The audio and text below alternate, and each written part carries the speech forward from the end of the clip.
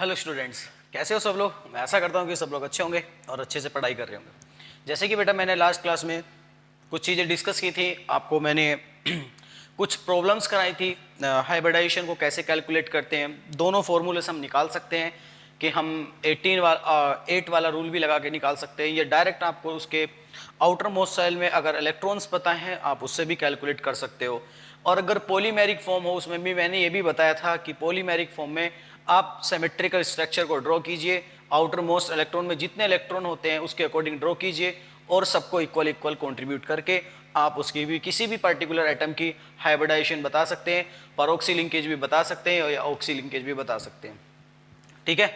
उसके बाद मैंने बात की थी, हाँ उसके मैंने बात की थी कुछ एप्लीकेशंस की बात की हाइब्रिडाइजेशन में, कुछ एप्लीकेशन से बात करी थी इंटरमीडिएट फॉर्मेशन में, कि इंटरमीडिएट फॉर्मेशन में हम हाइब्रिडाइजेशन को कैसे निकालते हैं। जैसे मैंने कि कार्बोकैटायन के बारे में बात की थी, कार्बन अनायन के बारे में बात की थी, और मैंने उसके बाद कार्बीन के बारे में बात की थी। तो मैंने सब कुछ थोड़ा थोड़ा उनके बारे में आपको डिस्कस कर दिया था। आपसे कभी कभी पूछ लेता कि कार्बोकैटायन की फॉर्म में हाइब्रिडाइजेशन क्या होगी और कार्बन आयन की फॉर्म में क्या होगी, है ना, और वो कैसे कैसे बिहेव शो करती है वो भी मैंने बताया था। आज हम उसी का जो है अगला टॉपिक डिस्कस करेंगे, बेंजाइन। बेंजाइन क्या होती है, और हाँ तो एक बेंजाइन भी एक बेटा इंटरमीडिएट टर्म है, कैसे फॉर्मेशन होती है आज हम उसको पढ़ेंगे। तो हेडिंग डालिए आप बेंजाइन। बेंजाइन देखने में ये बेंजी नहीं है समझते हो कभी बेंजी है, नहीं बेंजी नहीं बोलते, इनको बेंजीन बोलते हैं, है ना। तो बेंजीन से कौन बनती है, बेंजाइन, है ना। तो बेंजाइन की फॉर्मेशन होगी बेंजीन से। जाना माना नाम है, नाम सुना ही होगा आपने, कहीं ना कहीं देखा ही होगा, किसी कोने पे लिखा देख लिया होगा ऑर्गेनिक केमिस्ट्री में, कुछ इस तरीके से होती है। ठीक है, बेंजीन। ठीक है बेटा। और एक बनता है इसका हाइब्रिडाइज, हाँ हाइब्रिडाइज, है ना, इसको बोलते हैं hybridized resonance hybridize, resonance hybridize. ठीक है, वो हाइब्रिडाइजेशन में घूमता रहता है, मतलब कंजुगेशन में। और आपसे कभी कभी पूछ लेता है कि बेंजीन के एरोमेटिक जो रेजोनेटिंग स्ट्रक्चर होते हैं वो कितने होते हैं, तो 2 होते हैं। लेकिन आपने कहीं कहीं देखा भी होगा 6 भी देते हैं, 5 भी दिखता है ना। तो वो ऑर्गेनिक के टर्म में बात करेंगे बाद में, जैसे कि ऑर्गेनिक आएगा तो उस चीज़ के आप निश्चिंत रहिए, पहले आप इस चीज़ को समझिए, है ना। बस अगर नॉर्मल बेंजीन की बात करता है तो उसके रेजोनेटिंग स्ट्रक्चर क्या होते हैं, 2 होते हैं। ठीक है, चलो उसके बाद हम बात करते हैं कि इसमें कितने सिग्मा कितने पाई बॉन्ड होते हैं, ये मैंने आपको निकालना सिखाया था, फिर से चलो इसमें भी देखते हैं। अगर मेरे पास बेंजीन है, अल्टरनेट सारे डबल बॉन्ड होते हैं बेंजीन के अंदर। आपसे पूछा जाए इसके अंदर बेटा क्या पूछा जाए, बताइए बेटा क्या पूछा जाए। आपसे इसमें पूछा जाए कि बताइए इसमें कितने सिग्मा कितने पाई बॉन्ड होंगे, तो मुझे उम्मीद है कि आपको सही आंसर आना चाहिए।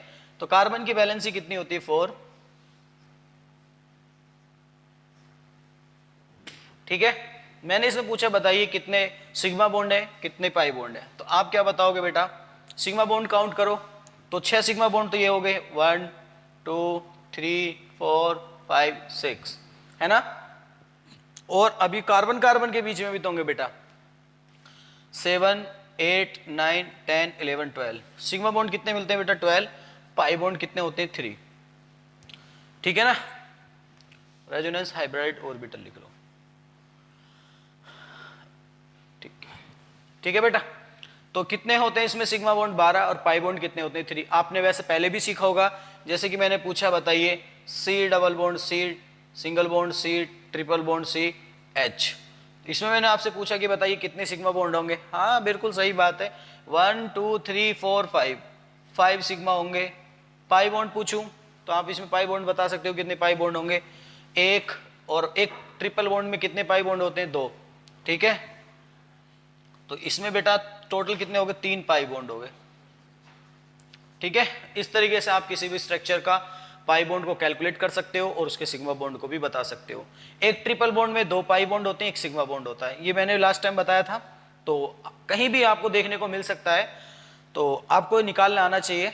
तो एक बेंजीन के अंदर 12 सिग्मा बॉन्ड होते हैं, 3 पाई बॉन्ड होते हैं, है ना। चलो इसकी बात कर ली थी, इसके बाद हम बात करेंगे कि बेंजीन की फॉर्मेशन कैसे होती है। तो मेरे पास बेंजी है, बेंजी मीन्स बेंजीन आप सोचोगे सर कैसे कैसी बातें करते हो, है ना। ये हमारे पास बेंजीन है, एक मैंने इसका हाइड्रोजन हटा दिया,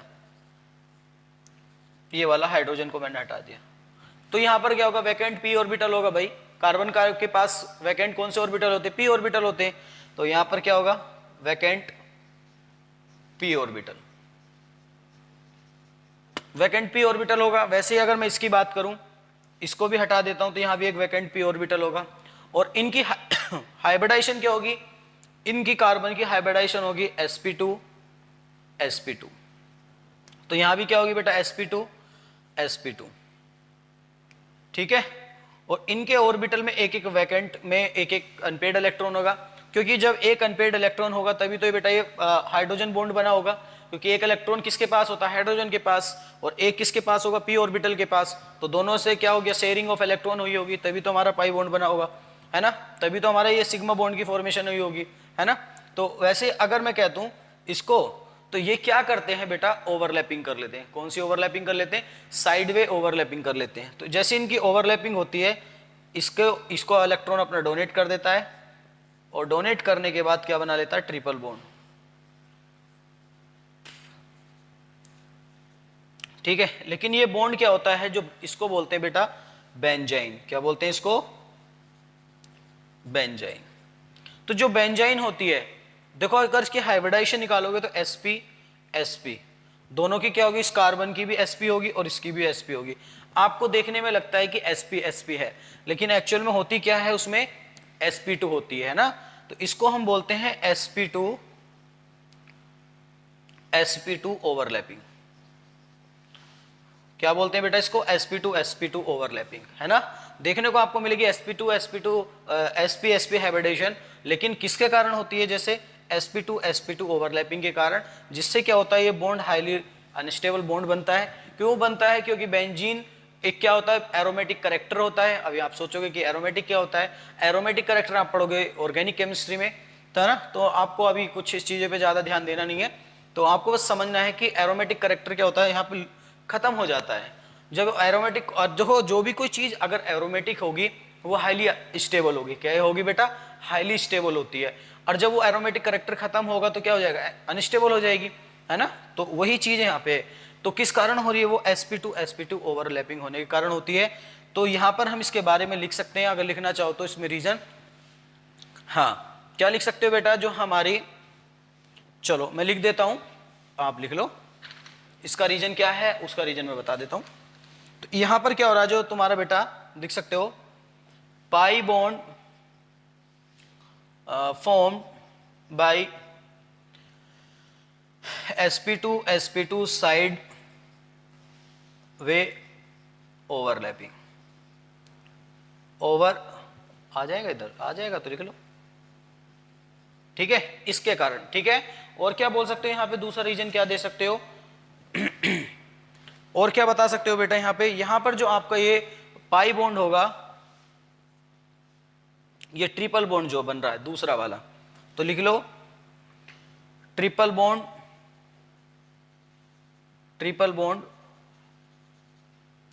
इज वीकर। क्यों, देखो बेटा वीकर होगा, ये जो पाई बॉन्ड बनेगा क्या होगा, वीकर होगा, क्योंकि बेंजीन की क्या हो रही है, यहाँ पे जो हमारी स्टेबिलिटी है वो क्या हो रही है बेटा, खत्म हो रही है। किसके कारण, sp2 ओवरलैपिंग के कारण। लिख सकते हो इस बात को। फिर ये बोलेंगे, तो इस कार्बन को हम क्या बोलते हैं, दिस कार्बन, ये दोनों कार्बन, ये वाली कार्बन इज नॉट, या लिख लो, चलो लिख देते हैं, this carbon is not reactive, है ना। क्या लिख सकते हो बेटा, this carbon is not reactive and sp hybridized. क्या होती है यहां पर, sp हाइब्रिडाइज नहीं होती है ना, इज स्टिल sp2 हाइब्रिडाइज। तो आप यहां पे बता सकते हो बेटा जो ट्रिपल बॉन्ड है ये वीकर बॉन्ड है, वीकर बॉन्ड, ये छूट गया है ना, triple bond is weaker bond, this carbon is not reactive and sp hybridize is still sp2 hybridize. तो आपका जो बन रहा है बेटा ये sp2 जो हाइब्रिडाइज बनेगा वो किसके कारण बनेगा, वो sp2 के कारण बनेगा, है ना, यहां पे बता सकते हो। ठीक है, तो मुझे उम्मीद है यहाँ पे आपको इस चीजें समझ में आ गई होगी। देखो ज्यादा कुछ नहीं है, बस समझना है थोड़ा सा, इसमें रीजन दिया है कि ऐसा क्यों हो रहा है, तो बस वो लिख सकते हो। बाकी मैंने जो टारगेट है इसका बताने का, वो बताने का ये है कि इसके बीच में कौन सी ओवरलैपिंग होती है और इसका हाइब्रिडाइज क्या होता है, कितने सिग्मा पाई बॉन्ड होते हैं, बस ये इसका मेन चीज है। ये आपका इसका अगर कोई रीजन पूछे तो इसका रीजन बता सकते हो कि इसके अंदर sp2 साइड वाइज ओवरलैपिंग होने के कारण एक sp हाइब्रिडाइजेशन बनता है, जो क्या होता है, एक वीक बॉन्ड होता है और लेस रिएक्टिव होता है ना, क्या हो सकता है, बोल सकते हो रिएक्टिव नहीं होता है।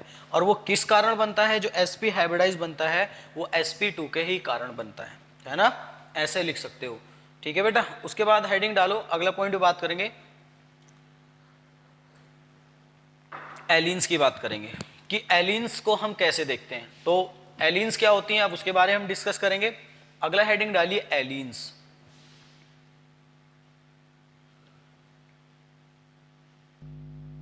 देखो उसके बाद हम बात करते हैं एलिन्स।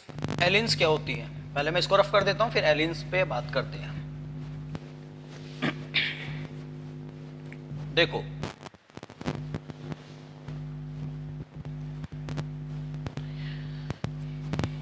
पानी कहाँ गया यार, ये चल ही नहीं रहा, साफ ही नहीं हो पा रहा प्रॉपर तरीके से।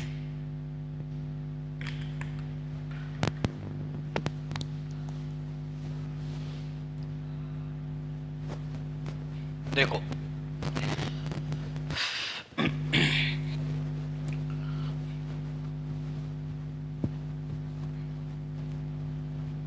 देखो आगे बात करते हैं बेटा हम एलिन्स के बारे में।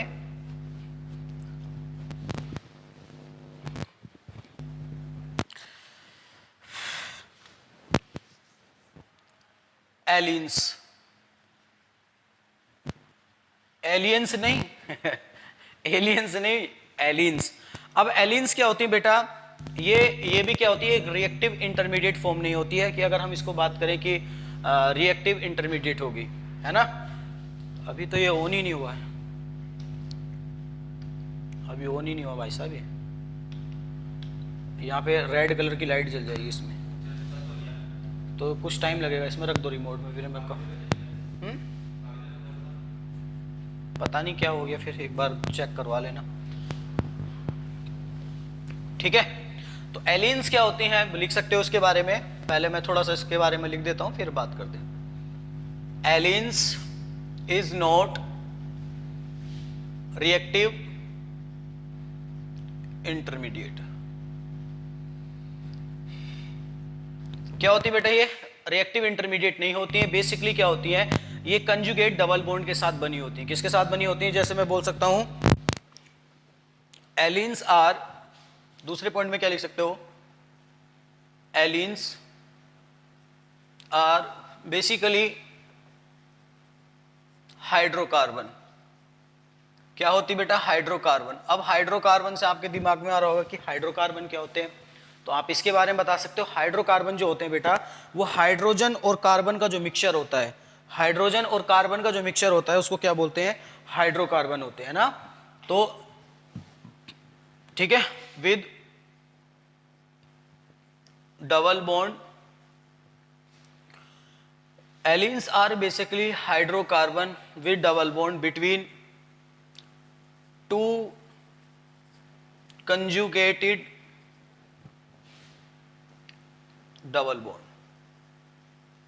किससे जुड़ी होती है बेटा ये, है ना, डबल बॉन्ड के साथ होती है, लेकिन कंजुगेटेड डबल बॉन्ड के साथ, है ना।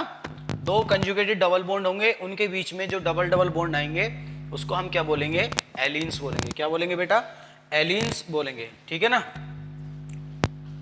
कंजुगेटेड कार्बन एटम लिख लो यार, आप कंफ्यूजन हो रहा होगा, कार्बन एटम, ऐसा लिख लो, ये ज्यादा सही है। तो allenes are basically hydrocarbon with double bond between two conjugated carbon atom. तो अब मैं देखो बताता हूं कैसे होती है। कार्बन कार्बन कार्बन, ठीक है बेटा, एक डबल बॉन्ड यहां होता है, फिर एक डबल बॉन्ड यहां होता है, हाइड्रोजन हाइड्रोजन हाइड्रोजन हाइड्रोजन। बात समझ में आ रही है? इस तरीके से आपके कंजुगेटेड डबल बॉन्ड होंगे। दो कार्बन एटम के बीच में जो दो डबल बॉन्ड होंगे तो बेटा उनको क्या बोलेंगे हम? एलिन्स बोलेंगे। अब ये एलिन्स होती कैसी हैं? सबसे पहले तो इसमें सिग्मा और पाई बॉन्ड निकालो, इसका हाइब्रिडाइजेशन निकालो, sp2 sp sp2। यहाँ पे बच्चे बहुत ज्यादा गलती करते हैं, कभी कभी एग्जाम में डायरेक्ट दे देता है वो। एग्जाम में पता क्या पूछ लेता है? कभी कभी आपसे एग्जाम में डायरेक्ट ये पूछ लेता है कि बताइए एलिन्स का जो क्या बोलते हैं उसको, हाइब्रिडाइजेशन, एलिन्स का हाइब्रिडाइजेशन क्या होगा? तो बच्चा क्या करता है? sp2 लगा के आता है, लेकिन जो बीच वाली कार्बन है उसको कंसीडर नहीं कर पाता है। वो सोचता है डबल डबल बॉन्ड होते हैं दो कार्बन के बीच में और sp2 होगा, लेकिन ऐसा नहीं होता है। ऐसा नहीं होता है तो क्या होगा? sp2 और मिडिल वाली कार्बन का होगा sp। तो मिनिमम कितनी कार्बन होती है एक एलीन बनाने के लिए? 3 कार्बन होती हैं। कितनी होती है बेटा? 3। अब ये देखो होती कैसे, अगर 3D में बात करें तो 3D में देखो मैं थोड़ा सा आपको रिप्रेजेंट करता हूँ कैसे होती है। इस तरीके से होती हैं। आपको देखने में ऐसा लग रहा होगा कि सर ये दो जो मैं ऐसे दो दिखा रहा हूँ ये दो डबल बॉन्ड है।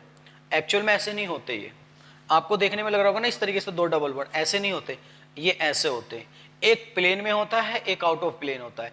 मतलब एक डबल बॉन्ड तो ऐसे दिखेगा और एक ऐसे दिखेगा। मतलब इस प्लेन की बात करूं तो एक इस प्लेन में दिखेगा, एक इससे। तो ये एक दूसरे के क्या होते हैं? परपेंडिकुलर होते हैं। क्या होते हैं बेटा? परपेंडिकुलर। अगर मैं इसको 3D में देखूंगा तो कुछ इस तरीके से दिखाई देगा।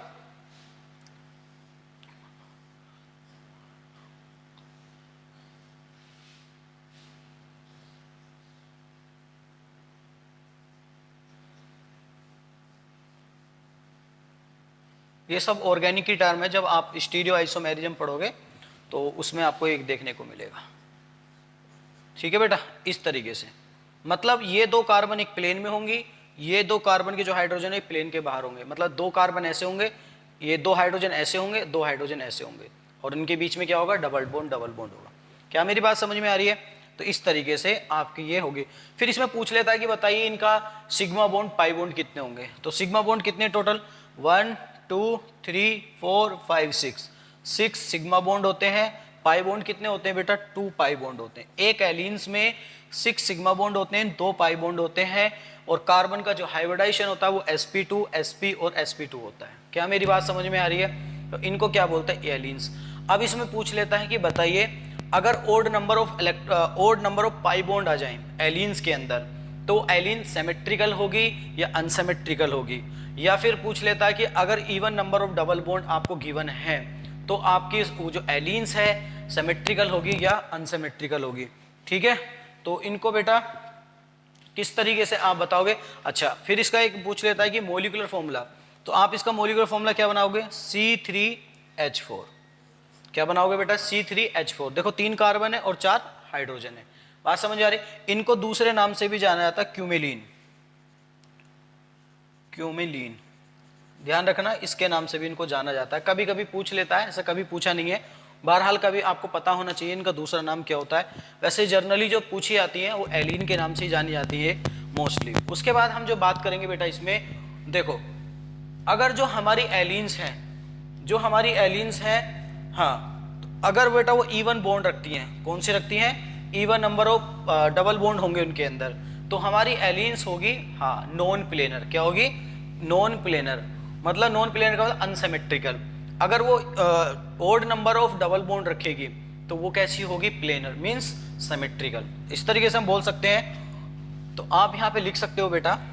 चलो पहले इसके हम रिप्रेजेंटेशन देख लेते हैं कैसे बनती है, फिर इवन ओड की बात कर लेंगे। तो कार्बन के पास क्या होते हैं बेटा? देखो 6 इलेक्ट्रॉन होते हैं, तो कॉन्फ़िगरेशन लिखे 1s2 2s2 2p2। वैसे तो ये सब एक्स्ट्रा वर्क है आपको समझाने के लिए, मेन काम था वो उसका मैंने बता दिया, इवन ओड का और बताना है। बाकी इसका जो मेन काम है आपको वो मैं समझा चुका हूं। देखो अब यहाँ पे देखो, अब इसको बता रहा हूं बेटा कैसे फॉर्मेशन होती है। तो ये वाला आपका 2s ऑर्बिटल होगा, ये आपका 2p होगा। तो s में कितने इलेक्ट्रॉन है? 2। p में कितने बेटा? 2, है ना। और फिर से कार्बन कार्बन कैसा बॉन्ड बनेगा, डबल बॉन्ड। तो दूसरी कार्बन के पास भी क्या होगा, अगर एक कार्बन मैंने इसको C1 बोल दिया तो C2 के पास भी ऐसी होगा, सिमिलर होगा बेटा इसी तरीके से। तो इनकी कौन सी स्टेट है, ग्राउंड स्टेट, ग्राउंड स्टेट। इसकी भी क्या है बेटा, ये ग्राउंड स्टेट।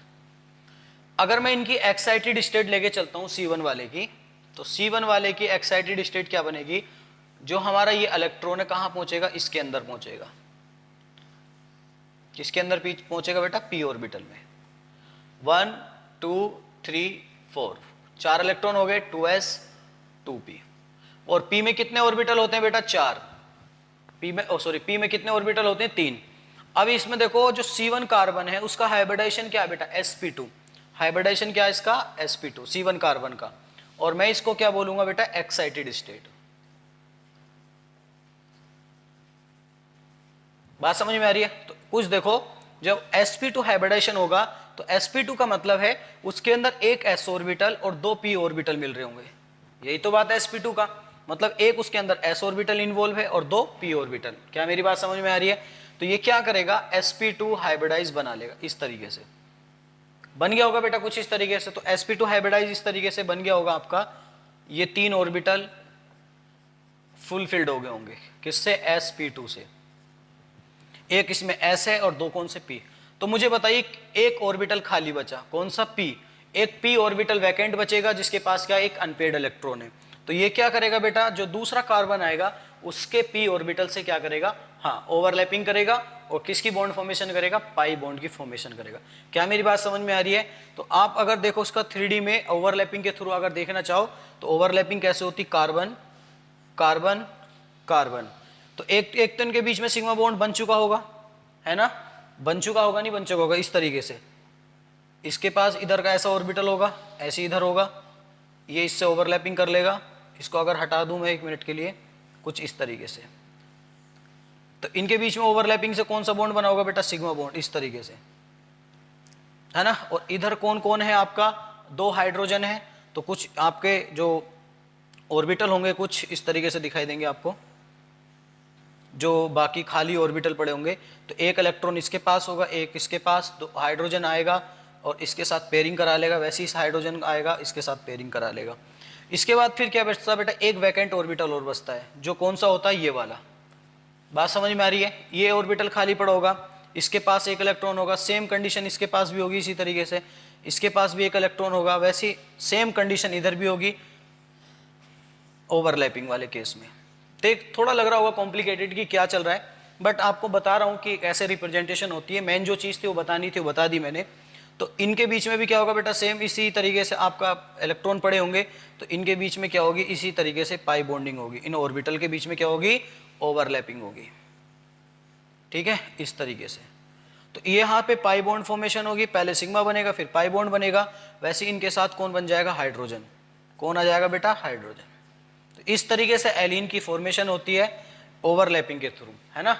थोड़ा सा देखने में लग रहा होगा ऊँट पटांग है, लेकिन ऐसा कोई जरूरी नहीं है। इसको समझाने का तरीका है सिर्फ ऐसे बताने का। बाकी जो मेन चीज थी वो डिस्कस कर ली। अब बात करते हैं इवन ओड की। किसकी बात करते हैं बेटा, इवन ओड की। तो यहां पे लिख सकते हो, यहां पे लिख देता हूं मैं,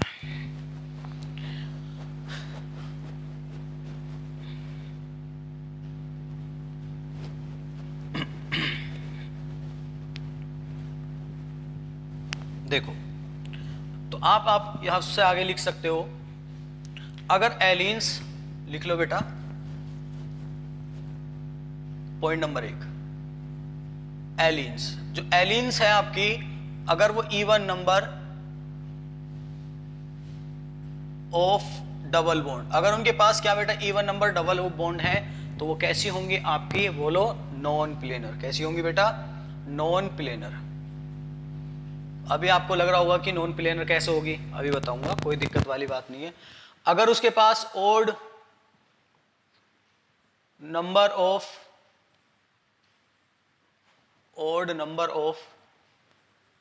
डबल बॉन्ड है ना, तो उसके पास क्या होगी बेटा, प्लेनर। उसके क्या होगी वो, प्लेनर। देखो कैसे, देखो अभी मैंने यहां पर कितने बॉन्ड दिख रहे हैं आपको, 2 डबल बॉन्ड दिख रहे हैं, तो दोनों कैसे हैं, इवन है। इवन है तो देख लो, अभी मैंने बताया था एक प्लेन के अंदर होगी और एक प्लेन के बाहर होगी, है ना। देखो कुछ इस तरीके से आपको दिखेगा, अगर carbon carbon double bond, carbon carbon double bond, तो अगर मैं यहाँ पे इसका 3D स्ट्रक्चर बनाऊं तो कुछ इस तरीके से दिखेगा, और dotted dotted dotted H H H. तो ये वाली जो एलिन्स होगी, इधर वाला जो डबल बॉन्ड होगा वो एक प्लेन में होगा, और ये वाला जो होगा बेटा एक अलग प्लेन में होगा, इस तरीके से अभी बताया था, इस तरीके से आपको दिखेंगे। फिर एक अगर ओड लेके चलेंगे, ओड नंबर और डबल बॉन्ड, देखो यहां पे कितने पाई बॉन्ड है, 3 पाई बॉन्ड है ना। तो ऐसा होगा, देखो बेटा, पहला पाई बॉन्ड प्लेन में, दूसरा इन आउट ऑफ प्लेन, फिर तीसरा वाला फिर प्लेन में, फिर आउट ऑफ प्लेन, फिर प्लेन में, फिर आउट ऑफ प्लेन। क्या मेरी बात समझ में आ रही है? फिर से बताता हूं, ये पाई बॉन्ड है इस तरीके से, प्लेन में है, इस प्लेन में ये मैंने मान के ये प्लेन डाल दिया, इस तरीके से ये प्लेन है, ये क्या है, एक पूरा प्लेन है। तो इस तरीके से डबल बॉन्ड होगा, दूसरा वाला उसका परपेंडिकुलर होगा, जो थर्ड वाला आएगा फिर प्लेन में आएगा, इस तरीके से। बात समझ में आ रही है? तो ओवरऑल मॉलिक्यूल किस में कंसीडर हो जाएगा, टोटल प्लेन के अंदर।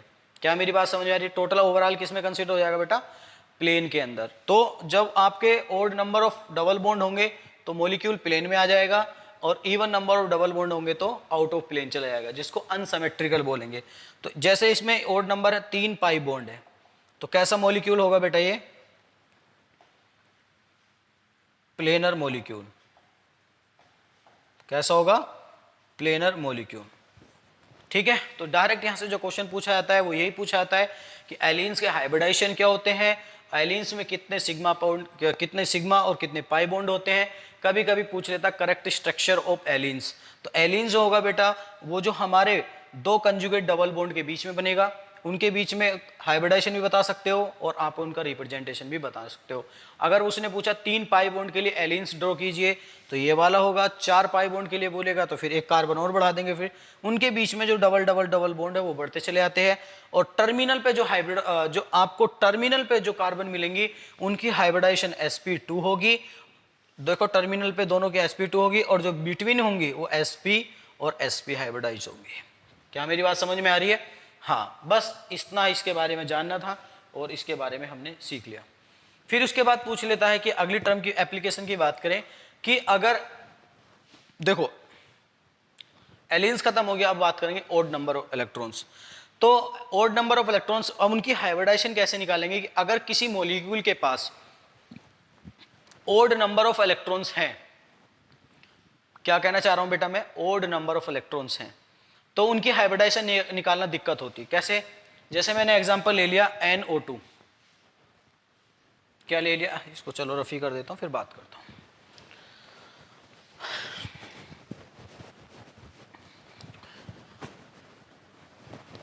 तो आप हेडिंग बना के लिख लो, hybridization of odd number of electrons. उनकी कैलकुलेट करनी कि कैसे हम निकालेंगे बेटा। तो उसमें क्या होता है, कुछ लोग बोलते हैं कि जिसके पास ओड नंबर ऑफ इलेक्ट्रॉन्स होते हैं तो उनको हम काउंट नहीं करते हाइब्रिडाइजेशन में, और जो बॉन्ड पेयर होते हैं उन्हीं से हाइब्रिडाइजेशन बताते हैं।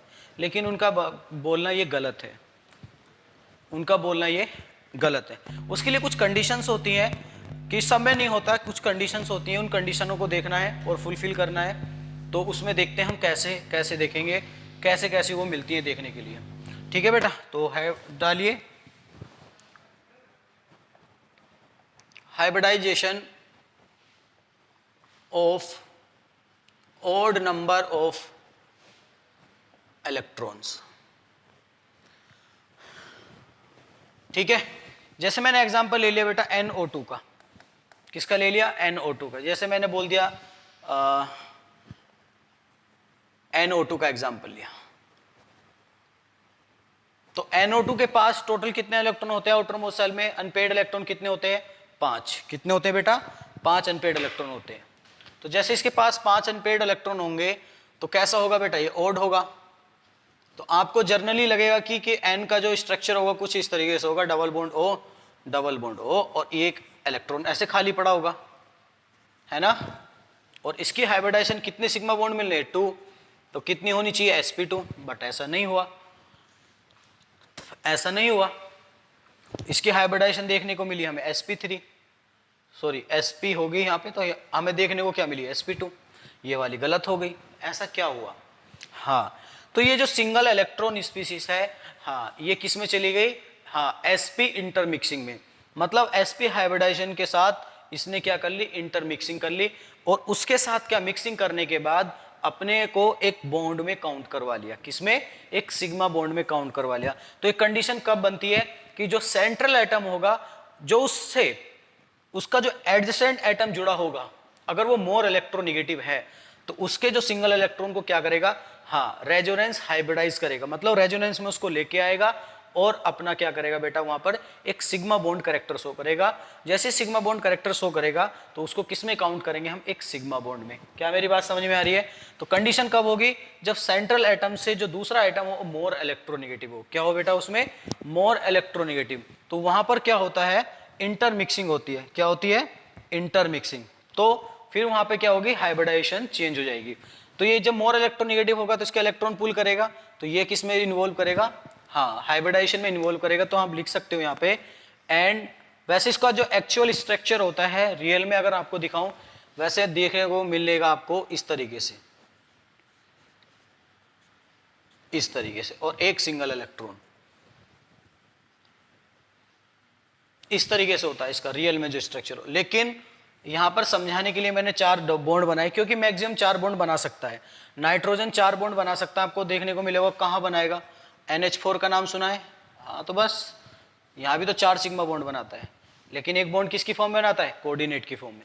तो वैसे ही केस यहाँ पे है। ठीक है बेटा, तो अगर मैं यहाँ पे बात करूँ तो लिख सकते हैं यहाँ पर double bond O, double bond O, और ये वाला जो इलेक्ट्रॉन है, ये वाला सिंगल इलेक्ट्रॉन, इसके साथ क्या करेगा? इंटरमिक्सिंग करेगा। क्या करेगा बेटा? इंटरमिक्सिंग। जब सेंट्रल एटम से ऑक्सीजन क्या, दूसरा एटम जो एडजेसेंट एटम लगा है वो क्या होना चाहिए? More electronegative. तो क्या है? मोर इलेक्ट्रोनेगेटिव है, तो इसके इलेक्ट्रॉन को पुल करेगा, पुल करेगा, तो ये वाला जो इलेक्ट्रॉन है किसमें? रेजोनेंस में हाइब्रिडाइज करेगा। तो लिखेंगे यहां पे, लिख सकते हो intermixing, intermixing orbitals will occur. क्या करेंगे?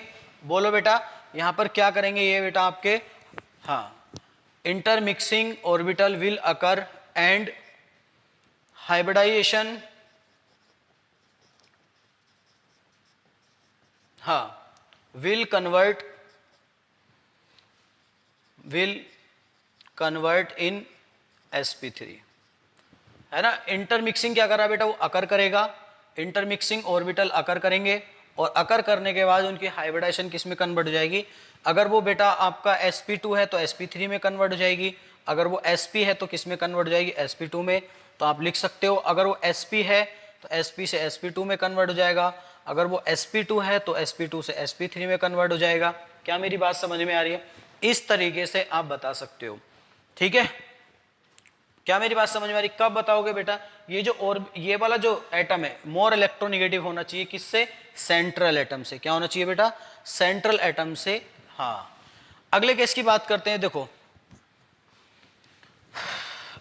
अगले केस की बात करते हैं CH3, और वेरी वेरी इंपॉर्टेंट डाल लेना बेटा इसमें, CH3 और CF3, रेडिकल रेडिकल, है ना। तो टोटल इलेक्ट्रॉन कितने हो गए? रेडिकल भी क्या होता है? एक इलेक्ट्रॉन्स होता है।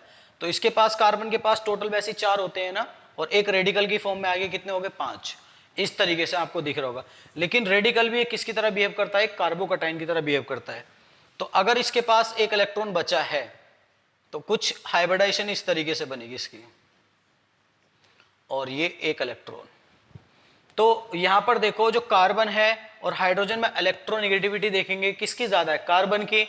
तो क्या ये इसके इलेक्ट्रॉन हाइड्रोजन पुल कर पाएगा? नहीं कर पाएगा, मतलब उल्टे और इसके खींच लेगा। तो खींच लेगा तो इसको क्या रखेगा? फ्री रखेगा। तो ये हाइब्रिडाइजेशन में पार्टिसिपेट नहीं करेगा। तो इसकी हाइब्रिडाइजेशन क्या होगी? 1 2 3 सिग्मा बॉन्ड है, तो क्या होगी बेटा? sp2, है ना। क्या होगी sp2।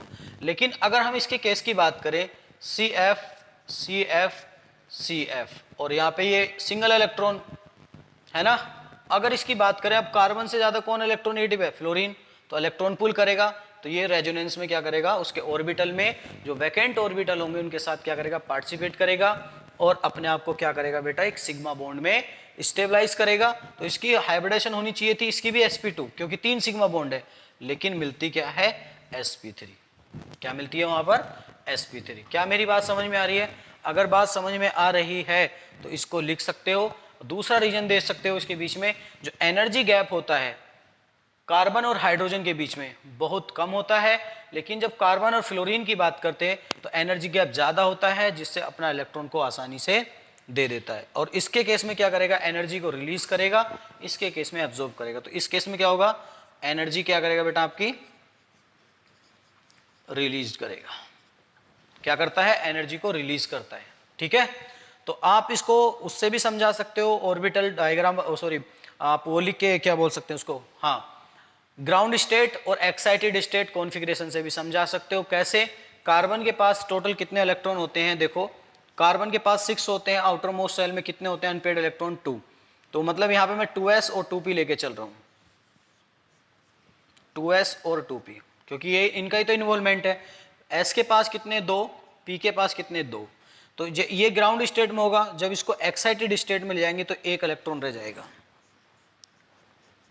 ठीक है बेटा, अब यहाँ पे 1 इलेक्ट्रॉन यहाँ पहुंच गया। अब इसका जो हाइब्रिडाइजेशन निकल के आया था, कितना निकल के आया था, sp2, मतलब एक s ऑर्बिटल और p ऑर्बिटल, ये तो इन्वॉल्व हो गए, तो इनका तो रोल खत्म हो गया, इन्होंने तो बॉन्ड बना लिया अपना sp2 करके। जो ये वाला ऑर्बिटल बचेगा, एक वैकेंट ऑर्बिटल जो p का बचेगा, ये 1 इलेक्ट्रॉन दिख रहा है, ये किसके साथ ओवरलैपिंग करेगा, फ्लोरीन के साथ। फ्लोरीन के ऑर्बिटल में क्या करेगा, ओवरलैपिंग कर लेगा और किस में कन्वर्ट हो जाएगा, एक सिग्मा बॉन्ड में। और कैसा हाइब्रिडाइजेशन शो करेगा, sp3। तो आपको डायरेक्ट पूछा जाता है पेयर की फॉर्म में, बताइए कि इन दोनों पेयर में किसका हाइब्रिडाइजेशन sp2 sp3 होगा। तो आपको याद होना चाहिए CF3 के केस में sp3 होगा और CH3 के केस में sp2 हाइब्रिडाइजेशन होगा। क्या मेरी बात क्लियर है? अगर यहाँ तक मेरी बात क्लियर है तो बेटा आप लिख लीजिए, रोल सिर्फ यहाँ पे है इलेक्ट्रोनेगेटिविटी का। किसका रोल है, इलेक्ट्रोनेगेटिविटी का। जितना इलेक्ट्रोनेगेटिव एटम जो सेंट्रल एटम से ज्यादा होगा उतने इलेक्ट्रॉन पुल करेगा, उतनी ही ज्यादा एनर्जी को रिलीज करेगा, उसके जो इलेक्ट्रॉन को अपने आप में क्या कर लेगा, मिक्सिंग करा लेगा। क्या करा लेगा, इंटर मिक्सिंग करा लेगा। क्या मेरी बात समझ में आ रही है? अगर आ रही है तो फिर आगे बढ़ते हैं, अगला केस देखते हैं बेटा।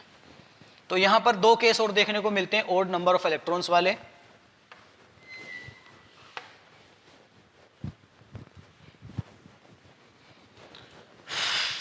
देखो 2 केस कौन कौन से मिलते हैं, एक तो मिलता है बेटा आपका देखने के लिए ClO2 और एक मिलता है ClO3। बात समझ में आ रही है? क्लोरीन के पास टोटल कितने इलेक्ट्रॉन होते हैं, 7, और इसके पास भी कितने होंगे, 7। तो 3 बॉन्ड बना लेगा तो 6 इलेक्ट्रॉन इसके पास चले गए, इसमें 2 बॉन्ड बना लेगा 4 इलेक्ट्रॉन इसके पास चले गए, तो 3 इसके पास बचे होंगे, 1 इसके पास बचे होगा। तो जैसे कि अगर मैं इनका स्ट्रक्चर ड्रॉ करता हूं दोनों का, क्लोरीन के पास क्या बचेगा, एक लोन पेयर और एक सिंगल इलेक्ट्रॉन। कुछ इस तरीके से बॉन्ड बनेगा। वैसे ही इसका भी अगर हाइब्रिडाइजेशन बनाए क्लोरीन का ओवरलैपिंग करके, कुछ इस तरीके से देखने को मिलेगा और एक सिंगल इलेक्ट्रॉन। देखो 7 इलेक्ट्रॉन होते हैं क्लोरीन के पास, 2 इसको दे दिए, 2 इसको दे दिए, 2 इसके साथ शेयरिंग कर ली, 6 चले गए, एक बचा होगा, बचेगा खाली ऑर्बिटल में। तो ऐसी क्लोरीन का अगर हम कॉन्फ़िगरेशन बनाते हैं और ग्राउंड स्टेट में लिखते हैं तो क्लोरीन के पास कौन से ऑर्बिटल में जाएगा, पी में। पी में क्या बचेगा, एक सिंगल इलेक्ट्रॉन। और जैसे एक्साइटेड स्टेट में जाते हैं तो आपको मालूम है क्लोरीन के पास क्या है बेटा, वैकेंट डी ऑर्बिटल है, तो वो डी ऑर्बिटल के साथ क्या करेगा, ओवरलैपिंग करेगा। अगर हम इसका नॉर्मल हाइब्रिडाइजेशन देखते हैं तो इसका आपको नॉर्मल मिलता है sp1 2 3। क्या मिलता है बेटा, sp2। देखो ये एक लोन पेयर है, लोन पेयर को किस में काउंट करोगे, सिग्मा बॉन्ड में, 2 sigma bond 3 sigma bond, sp2। वैसे इसकी भी बात करें sp2 है ना, देखो इसमें खाली 3 सिग्मा बॉन्ड दिख रहे हैं, अगर मैं इसको छोड़ूंगा sp2, वैसे इसका भी एक सिंगल इलेक्ट्रॉन को छोड़ूंगा तो sp2। प्रॉपर तरीके से मुझे कितने सिग्मा बॉन्ड दिख रहे हैं, 3। लेकिन इसके केस में sp2 नहीं मिलती, इसके केस में sp3 मिलती है और इसके केस में sp2 ही मिलती है। ऐसा क्या हुआ दोनों के पास ओड नंबर ऑफ इलेक्ट्रॉन्स है, इसके पास 3 इलेक्ट्रॉन्स है, इसके पास 1 इलेक्ट्रॉन्स है। ऐसा क्या हुआ कि इनके बीच में इसमें sp2 से sp3 में कन्वर्ट हो गया हाइब्रिडाइजेशन, इसमें sp2 से sp2 में ही रहा। तो आपको एक चीज दिखाई दे रही होगी, लोन पेयर। क्या दिखाई दे रही होगी बेटा? Lone pair. तो आप जब तक देखो एक सिंगल इलेक्ट्रॉन है और एक लोन पेयर है, अब मुझे बताइए किसका डोमिनेंट फैक्टर ज्यादा होगा, लोन पेयर का या सिंगल इलेक्ट्रॉन का? हाँ बिल्कुल सही बात है, लोन पेयर का। तो जितना ज्यादा वहां पे लोन पेयर दिखाई देगा, जब तक वहां पे लोन पेयर रहेगा तो सिंगल इलेक्ट्रॉन की कोई वैल्यू नहीं रहेगी, सिंगल इलेक्ट्रॉन कुछ भी नहीं कर पाएगा। सिंगल इलेक्ट्रॉन प्रॉपर तरीके से कब काम करेगा? जब वहां पर सेंट्रल एटम पर कोई लोन पेयर प्रेजेंट ना हो, सिर्फ और सिर्फ एक सिंगल इलेक्ट्रॉन प्रेजेंट हो, तब वो क्या करता है, उसके ऑर्बिटल के साथ हाइब्रिडाइजेशन शो करने लगता है, जिससे वो जो एक्चुअल में होती है उसको चेंज करके फर्दर आगे वाली हाइब्रिडाइजेशन में कन्वर्ट हो जाता है। और दूसरी कंडीशन ये बताई थी, ये कंडीशन फेवरेबल तब होगी जब आपका सेंट्रल एटम से जो उसका एडजेसेंट एटम जुड़ा हुआ है वो क्या होना चाहिए? मोर इलेक्ट्रोनेगेटिव होना चाहिए।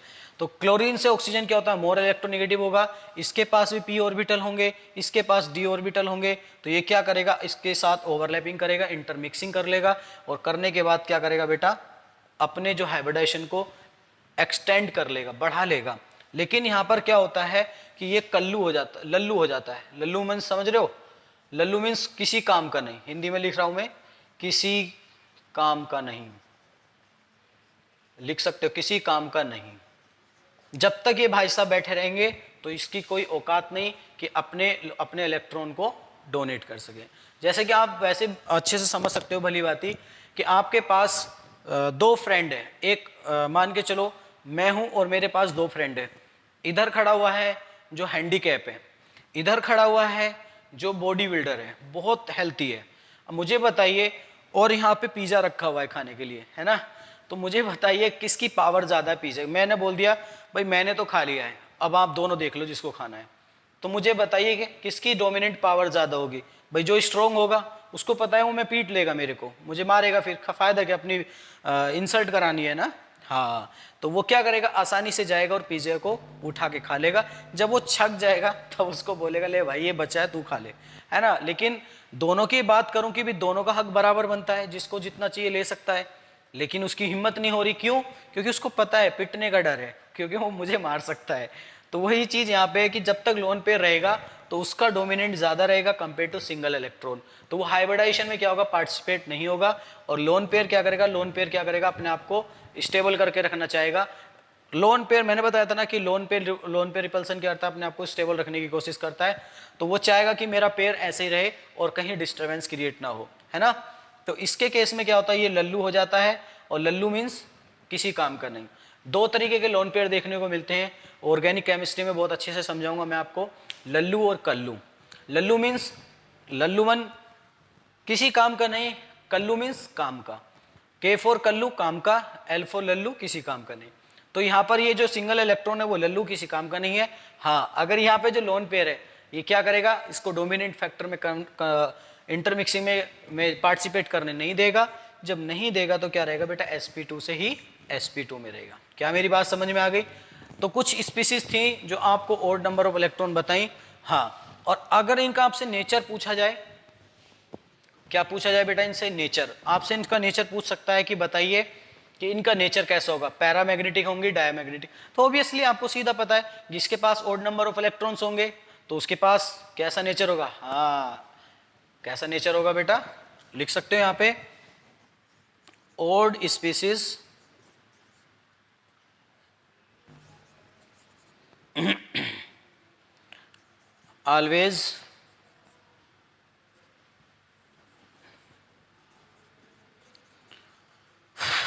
always paramagnetic but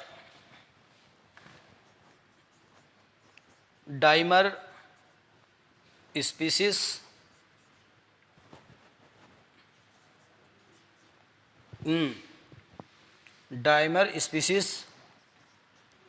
will be diamagnetic। मतलब ओड नंबर ऑफ स्पीसीज जो हैं वो आपकी पैरामैग्नेटिक होती हैं, लेकिन ओड नंबर कैसी हो जाएंगी, डायामैग्नेटिक होंगी। क्या मेरी बात समझ में आ रही है? हाँ, तो अब यहाँ पे अगर मैं देखना चाहूँ, अगर मैं इनका डाइमर फॉर्म बना लूँ, तो मैं एक एक करके इनका डाइमर फॉर्म बना रहा हूँ, उसमें हाइब्रिडाइजेशन देखेंगे दोनों में। तो इसको मैं थोड़ा सा रफ कर देता हूँ, आगे बढ़ते हैं फिर।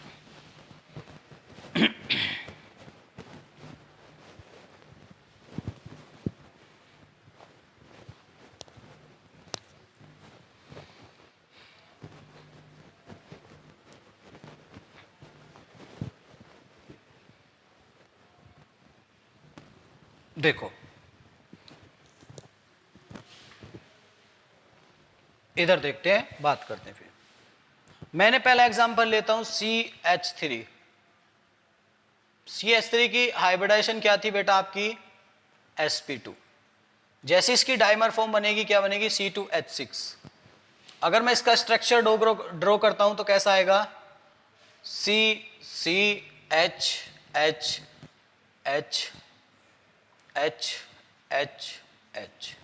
कितने सिग्मा बॉन्ड मिल रहे हैं बेटा, देखो कितने सिग्मा बॉन्ड मिल रहे हैं, 4। तो हाइब्रिडाइजेशन क्या होगी इनकी, sp3 मीन्स कहने का ये मेरा मतलब यहां पे है कि जो कार्बन की एक्चुअल हाइब्रिडाइजेशन होती है, जैसे CH4 में क्या होती है, sp3, हाँ वही वो अपना क्या है, एक इलेक्ट्रॉन को डोनेट करके डाइमर फॉर्म में, हाँ अपनी एक्चुअल वाली को गेन कर लेता है। तो देखो यहाँ sp2 से किस में कन्वर्ट हो गया, sp3 में, और आपका कैसा हाइब्रिडाइजेशन होगा, sp3, ज्योमेट्री कैसी होगी, टेट्राहेड्रल। और यहाँ पे बात करेंगे तो ज्योमेट्री कैसी होगी, ट्राइगोनल प्लेनर। कैसी होगी बेटा, ट्राइगोनल प्लेनर। वैसी बात करता हूं मैं CF3 में रेडिकल में क्या होती है, sp3, और वैसे भी फर्दर ये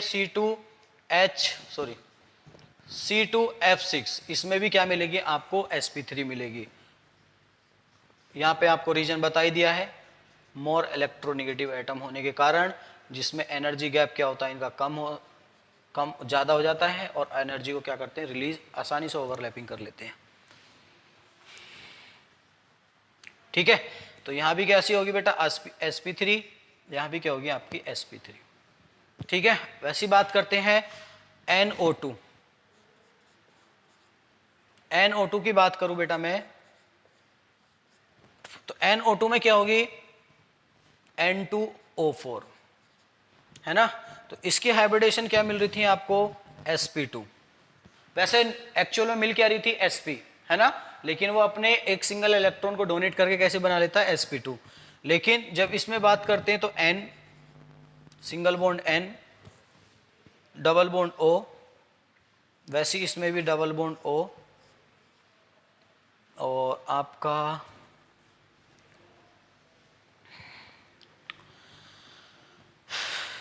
कोऑर्डिनेट बॉन्ड O। तो यहां पे क्या मिलेगी, यहां पे भी आपको sp2 मिलेगी। ठीक है बेटा, और बात कर रहे थे बेटा हम ClO2। तो ClO2 में कितनी मिल रही थी मेरे को, कितनी मिल रही थी बेटा, sp2, है ना। जब इसका हम बनाएंगे डाइमर फॉर्म Cl2O4, यही बनेगा ना। तो अब इसका डाइमर फॉर्म की हाइब्रिडाइजेशन देखते हैं, Cl, और 4 ऑक्सीजन है, 2 डबल बॉन्ड इधर बना दो, 2 डबल बॉन्ड इधर बना दो, ऐसी 2 डबल बॉन्ड इधर बना दो, 2 और एक लोन पेयर, इस तरीके से। तो देखो कितना होगा बेटा, sp3, है ना। वैसे ही मैं बात करूं Cl2, ClO3 लिया था, ClO3 में कितना हाइब्रिडेशन मिल रहा था, sp3, और ये बन जाएगा आपका Cl2O6। तो बना लो बेटा, Cl, single bond Cl, double bond O, double bond O, double bond O, double bond O, double bond O। ठीक है, तो यहां भी क्या होगा आपका, sp3 होगा, यहां भी आपका sp3 होगा। ठीक है, तो इस तरीके से आपसे पूछ सकता है। और ये सारी स्पीसीज कैसी होंगी, डाया मैग्नेटिक इन नेचर। कैसी होंगी बेटा, डाया मैग्नेटिक इन नेचर। और ओड नंबर ऑफ स्पीसीज कैसी होंगी? हाँ बिल्कुल सही बात है, पैरामैग्नेटिक इन नेचर। ठीक है, तो मैंने बेटा इनका डाइमराइजेशन फॉर्म भी देख लिया, इनका मैंने ओड नंबर ऑफ स्पीसीज में हाइब्रिडाइजेशन भी देख लिया। तो ये कुछ टर्म्स थी, इनको याद रखना जहाँ से डायरेक्ट एग्जाम में पूछा जाता है और आपका आंसर भी बताना जरूरी है। अब यहाँ से हम पढ़ेंगे बेटा, अच्छा अब आपसे पूछा जाए कि इनमें एक चीज और पूछ लेता है कि प्लेनर और नॉन प्लेनर मॉलिक्यूल कौन सा होगा, तो आप इसमें बता सकते हो प्लेनर कौन सा होगा, नॉन प्लेनर कौन सा होगा। तो जैसे अगर नॉर्मल हाइब्रिडाइजेशन देखते हैं, हाँ मैंने देखा था CH3 आपका प्लेनर होगा, ये sp3 हो गया, तो हाइब्रिडाइजेशन कैसा हो जाएगा? नॉन प्लेनर हो जाएगा। वैसे इसकी बात करें, इसका sp3 है पहले से नॉन प्लेनर है, तो ये भी क्या होगा? नॉन प्लेनर होगा। वैसे NO2 की बात करूं तो NO2 का जो हमारा हाइब्रिडाइजेशन आ रहा था वो sp आ रहा था। क्या आ रहा था बेटा? sp। तो sp क्या होता है? प्लेनर। ये sp2 भी क्या होता है? प्लेनर। तो प्लेनर से किस में कन्वर्ट हो रहा है? नॉन प्लेनर, है ना। इस तरीके से आप बता सकते हो। वैसे इसकी बात करें, ClO2 की बात करूंगा बेटा मैं, तो ClO2 भी क्या होगा आपका? sp2 हाइब्रिडाइज है, तो कैसा होगा? प्लेनर। और जैसे वो डाइमर फॉर्म में कन्वर्ट हो जाएगा तो नॉन प्लेनर। वैसे ClO3 की बात करते हैं तो ClO3 क्या होता है आपका? sp3 पहले से ही नॉन प्लेनर है, तो उसका जो स्ट्रक्चर है वो भी कैसा मिलेगा? sp3 में नॉन प्लेनर मिलेगा। बता सकते हो बेटा। इस तरीके से आप उसका डाइमर फॉर्म में भी हाइब्रिडाइजेशन कैलकुलेट कर सकते हो और ओड नंबर ऑफ स्पीसीज में भी कंसीडर कर सकते हो। तो कोई अगर आपसे बोले कि ओड नंबर ऑफ स्पीसीज में कैसे हाइब्रिडाइजेशन को निकालते हैं, आप पूछना, वो हमेशा आपको गलत आंसर देगा। वो डायरेक्ट सिग्मा बॉन्ड काउंट करेगा और ओड नंबर ऑफ इलेक्ट्रॉन्स के बारे में कभी बात करेगा ही नहीं। क्यों नहीं करेगा? क्योंकि उसने अगर पढ़ा होगा तो बताएगा, वरना नहीं पढ़ा होगा तो कुछ नहीं बताएगा। तो इन चीजों को बेटा ध्यान रखना। और ये कंडीशन तभी फेवरेबल होगी जब आपका सेंट्रल एटम से जो दूसरा एडजेसेंट एटम जुड़ा हुआ है वो मोर इलेक्ट्रोनेगेटिव होना चाहिए, तभी अपनी हाइब्रिडाइजेशन को एक्सटेंड कर सकता है, वरना नहीं करेगा। इस रीजन को ध्यान रखना। चलो अब बात करते हैं कि इक्विवेलेंट और नॉन इक्विवेलेंट बॉन्ड क्या होते हैं, ऑर्बिटल क्या होते हैं, उनके बारे में बात करते हैं। इसको मैं रफ करता हूं, तो हेडिंग डालो। मुझे उम्मीद है यहां तक कोई आपको डाउट नहीं आया होगा। Equivalent and non equivalent hybrid orbital. ठीक है, ये हेडिंग डालिए, मैं इतने इसको रफ कर देता हूं।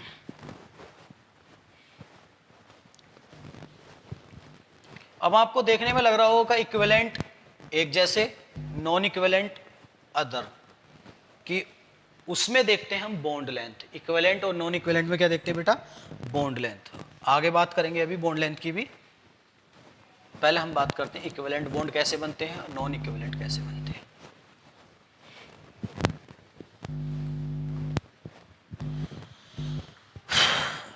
ठीक है बेटा, तो इक्विवेलेंट नॉन इक्विवेलेंट हम देखते हैं किसमें? हाइब्रिडाइजेशन से देखते हैं पहले तो। ठीक है, पहले किस में देखेंगे बेटा? हम हाइब्रिडाइजेशन में देखेंगे, फिर हम उनका अलग अलग जो हाइब्रिडाइजेशन आता है फिर उसमें चेक करेंगे। तो देखते हैं कैसे मिलेगा बेटा हमें। तो पहला पॉइंट डालिए इसमें। चलो इसकी बात कर लेते हैं। तो बेटा अगर मैं इक्विवेलेंट नॉन इक्विवेलेंट की बात करूं तो आपने एक ज्योमेट्री पढ़ी होगी हाइब्रिडाइजेशन में, टीबीपी। कौन सी पढ़ी होगी? टीबीपी। टीबीपी का मतलब क्या बेटा? Trigonal bi pyramidal. पढ़ा है आपने? ट्राइगोनल बाई पिरामिडल पढ़ा है ये चीज? हाँ, इसको शॉर्ट फॉर्म में क्या बोलते हैं? टीबीपी, है ना। और इसकी जो आपकी ज्योमेट्री बनती है कुछ इस तरीके से बनती है।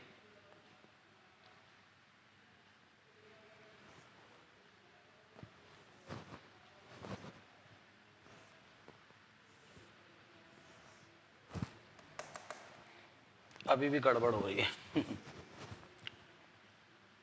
ऐसे ऐसे ऐसे, हाँ अब सही है। और यहां पे आपको होता है सेंट्रल एटम, कोई ए मान लिया मैंने, और यहाँ पे 2 बॉन्ड रहती है। ठीक है बेटा, थोड़ा अजीब सा लग रहा होगा देखने में, बट यही होती है इसकी। और अगर थोड़ा और अच्छे करके बनाना चाहते हो तो ऐसे भी बना लो, थोड़ा तिरछा कर लो इसको, क्योंकि प्रॉपर ज्योमेट्री कुछ इस तरीके से होती है इसकी। ठीक है, यहाँ पे आपका एटम होगा कोई, मान लो बी है, यहाँ पे भी बी है, उसका रीजन बताऊंगा। और यहाँ पे मान लो सी है, और यहाँ पे भी क्या होना, सी है। तो आपके उसमें बेटा सेम टाइप के एटम भी हो सकते हैं और डिफरेंट टाइप के भी एटम हो सकते हैं। तो ये कैसी ज्योमेट्री होती है, TBP, ट्राइगोनल बाई पिरामिडल। और पिरामिड देखो, ट्राइगोनल तो ये बन गया, और पिरामिड कैसे बनेगा, इस तरीके से।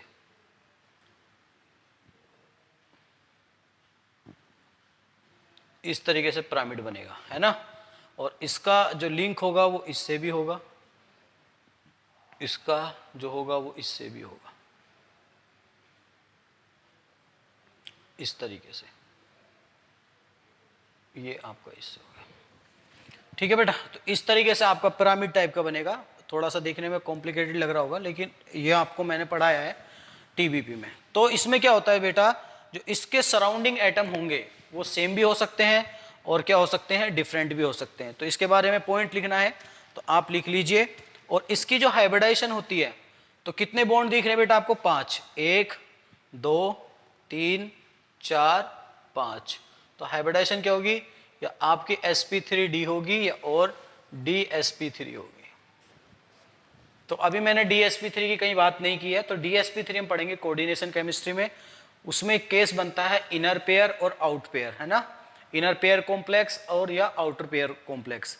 तो आउटर वाले में देखेंगे कौन सी ज्योमेट्री बनती है, इनर वाले में देखेंगे कौन सी बनती है। तो आपको बस लिख लेना है, दोनों तरह की शो करता है, sp3d भी होती है और dsp3 भी हो। ये d को पहले ले गया तो dsp3 हो गया, d बाद में आ गया तो sp3d हो गया। ठीक है बेटा, तो इसका एक पॉइंट है, अगर आप लिखना चाहो तो लिख सकते हो। इसको हम बोलते हैं एक्सियल पोजीशन। इसको क्या बोलते हैं बेटा, जो हमारी CC वाली है इनको एक्सियल पोजीशन बोलते हैं, और इनको बोलते हैं इक्वेटोरियल पोजीशन। और इक्वेटोरियल, इसको भी क्या बोलते हैं बेटा हम, इक्वेटोरियल। ठीक है, अब इसके बारे में अगर मैं बात करूं तो कैसे कैसे बताएंगे, देखो लिख सकते हैं, when the surrounding atom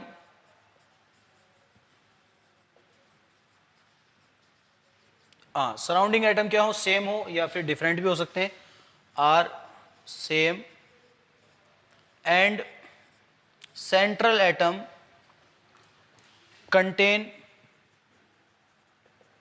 contain no lone pair. Number नहीं बेटा, no, NO, no lone pair. Central atom के पास क्या हो, कोई भी लोन पेयर ना हो, हाँ, और क्या हो, सराउंडिंग एटम सेम है ना। तो these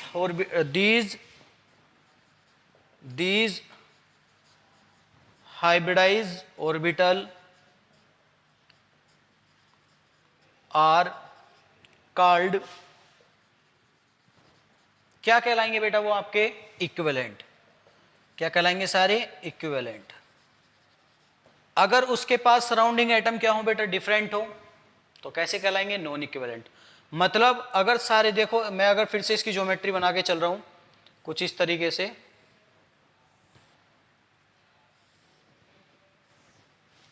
F, चलो यहां पे A और ये भी आपका A और आपका ये भी A, ये, और यहां पे कोई सेंट्रल एटम है, ठीक है, कोई भी हो सकता है। तो ये सारे कैसे होंगे बेटा, इक्विवेलेंट, क्योंकि सारे क्या सेम है, तो सेम होंगे तो सबके क्या होंगे, सारे के सारे इक्विवेलेंट होंगे, लेकिन वहां पे कोई लोन पेयर नहीं होना चाहिए। तो नॉन इक्विवेलेंट क्या होंगे, जब सराउंडिंग एटम क्या हो बेटा, डिफरेंट हो, और लोन सेंट्रल एटम के पास कोई लोन पेयर ना हो, तो ऑर्बिटल क्या कहलाएंगे, नॉन इक्विवेलेंट। ठीक है, जैसे कि मैं बात करूं, एक एग्जांपल लेके चल रहा हूं नॉर्मल सा, PCl3F2 और एक लेके चलता हूं PCl5। तो इन दोनों की अगर मैं ज्योमेट्री बनाऊं तो कुछ इस तरीके से देखने को मिलेगी। TBP में Cl Cl Cl और आपका ये F। वैसे ही अगर मैं इसकी बात करूं तो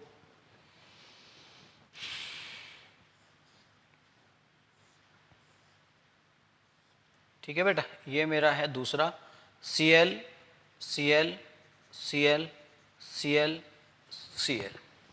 ठीक है, तो ये सारे के सारे जो PCl5 है, ये सारे बॉन्ड कैसे होंगे बेटा? इक्विवेलेंट। क्यों? क्योंकि इनकी बॉन्ड लेंथ क्या होगी? सबकी एक जैसी होगी, सेम बॉन्ड लेंथ होगी,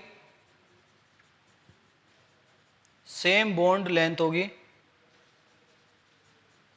ऑफ क्लोरीन एटम। ठीक है, यहां पर फ्लोरीन एंड क्लोरीन दोनों की जो बॉन्ड लेंथ होगी of bond length are different. जो डिफरेंट होंगे तो दोनों तरीके के इसमें बॉन्ड मिलेंगे, दोनों तरीके के हाइब्रिडाइज मिलेंगे, इक्विवेलेंट और नॉन इक्विवेलेंट। क्योंकि कार्बन की फ्लोरीन की कुछ अलग होगी, क्लोरीन की अलग होगी, तो दोनों के हाइब्रिडाइज ऑर्बिटल भी क्या बनेंगे? अलग। क्यों बनेंगे? क्योंकि दोनों के बीच में एनर्जी गैप भी ज्यादा होगा, कम भी होगा। मान के चलो फ्लोरीन में कम है, क्लोरीन में ज्यादा हो सकता है क्योंकि उसका साइज बड़ा हो रहा है। तो इसमें क्या होगी बेटा? बॉन्ड लेंथ जो होगी वो bond length of chlorine not equal to bond length of fluorine. ठीक है ना, इस तरीके से आप बता सकते हो। तो इस कारण से क्या होंगे? इसमें दोनों तरीके के आपको बॉन्ड या हाइब्रिडाइज ऑर्बिटल देखने को मिलेंगे। कौन कौन से बेटा? इक्विवेलेंट भी और नॉन इक्विवेलेंट भी। अगर हम नॉर्मल स्पीसीज लेके चले, कि कौन सी लेके चले? Normal species. जैसे मैंने CH4 ले लिया, तो CH4 में कौन इक्विवेलेंट होगा, कौन नॉन इक्विवेलेंट होगा? उनमें भी तो देख सकते हैं। कोई जरूरी थोड़ी कि बेटा मैं ट्राइगोनल बाई पिरामिडल में देखो। ट्राइगोनल बाई पिरामिडल में सिर्फ इसलिए बोला है क्योंकि इसमें 3 पोजीशन सेम होती है, 2 पोजीशन अलग होती है, और इनमें दोनों में जो इन पोजीशन को बोलते हैं इक्विवेलेंट। कौन कौन सी? जो ट्राइगोनल पोजीशन बनती है इनको बोलते हैं इक्विवेलेंट, और जो एक्सियल पोजीशन होती है इनको बोलते हैं एक्सियल पोजीशन। जो ऊपर दिख रही है ना 180 में, इनको एक्सियल पोजीशन बोलते हैं, और जो ट्राइगोनल की फॉर्म में होती है इसको बोलते हैं इक्विवेलेंट पोजीशन। तो हम ट्राइगोनल बाई पिरामिडल में भी देख सकते हैं, है ना, कि उसके अंदर दोनों तरीके की पोजीशन प्रेजेंट है, इक्विवेलेंट भी और एक्सियल भी। अब बात आती है कि अगर मैं नॉर्मल मॉलिक्यूल लेके चलूं, कोई जरूरी थोड़ी कि मैं TBP के अंदर ही बताऊं कि TBP होगा तो इसमें इक्विवेलेंट नॉन इक्विवेलेंट होगा। अगर मैं CH4 मॉलिक्यूल ले लूं या फिर दूसरा मॉलिक्यूल ले लूं, उसके अंदर भी तो हम कंसीडर कर सकते हैं कि कौन सा मॉलिक्यूल इक्विवेलेंट होगा, कौन सा मॉलिक्यूल नॉन इक्विवेलेंट होगा। बात समझ में आ रही बेटा? मेरी बात को ध्यान से समझो, जो मैं क्या बोलना चाह रहा हूं। अब हम अभी तो मैंने TBP के बारे में बात की थी, अब मैं बात करूंगा नॉर्मल मॉलिक्यूल के बारे में। कि जैसे मैंने मॉलिक्यूल ले लिया CH4, और इक्विवेलेंट जो डिपेंड करता है उसकी बॉन्ड लेंथ पे डिपेंड करता है। किस पे करता है? बॉन्ड लेंथ पे। अगर बॉन्ड लेंथ सबकी सेम है तो सारे बॉन्ड इक्विवेलेंट होंगे, अगर बॉन्ड लेंथ डिफरेंट है तो नॉन इक्विवेलेंट होंगे। बात करता हूं बेटा, देखो नॉन इक्विवेलेंट की बात करता हूं।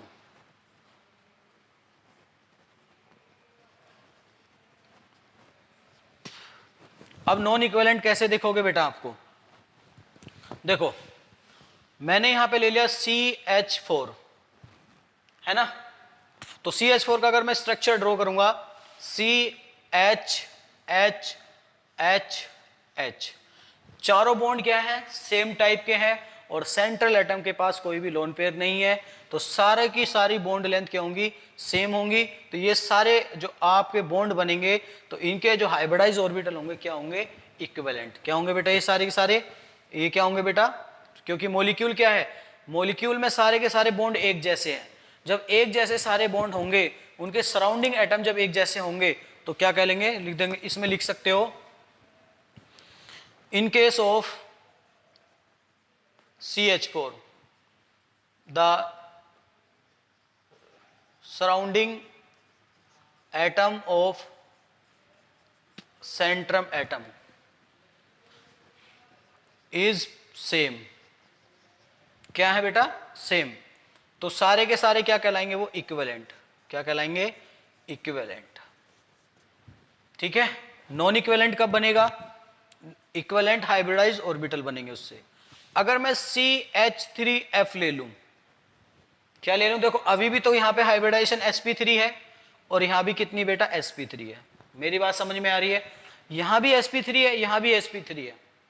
लेकिन दिक्कत क्या आ रही है कि इक्विवेलेंट नॉन इक्विवेलेंट। देखो अगर मैं इसका स्ट्रक्चर ड्रॉ करूंगा तो ये भी टेट्राहेड्रल बनेगा, H H H और F, ठीक है। तो यहां पर जो फ्लोरीन एटम है वो क्या है बेटा, डिफरेंट एटम है। तो इस कार्बन के साथ इस फ्लोरीन एटम की जो बॉन्ड लेंथ होगी, हाँ डिफरेंट होगी। जब उनकी बॉन्ड लेंथ यहां पे डिफरेंट होगी, जब यहां पर बॉन्ड लेंथ क्या होगी बेटा, डिफरेंट होगी, तो क्या होगी देखो, जब यहां बॉन्ड लेंथ डिफरेंट होगी तो इन तीनों की सेम होगी, मतलब इन तीनों की तो एक जैसी होगी, इसकी अलग होगी। तो ये वाला जो बॉन्ड होगा ये हाइब्रिडाइज ऑर्बिटल होगा, कैसा होगा, नॉन इक्विवेलेंट। तो आप लिख सकते हो यहां पे in case of CH3 CfH3 the central atom, the surrounding atom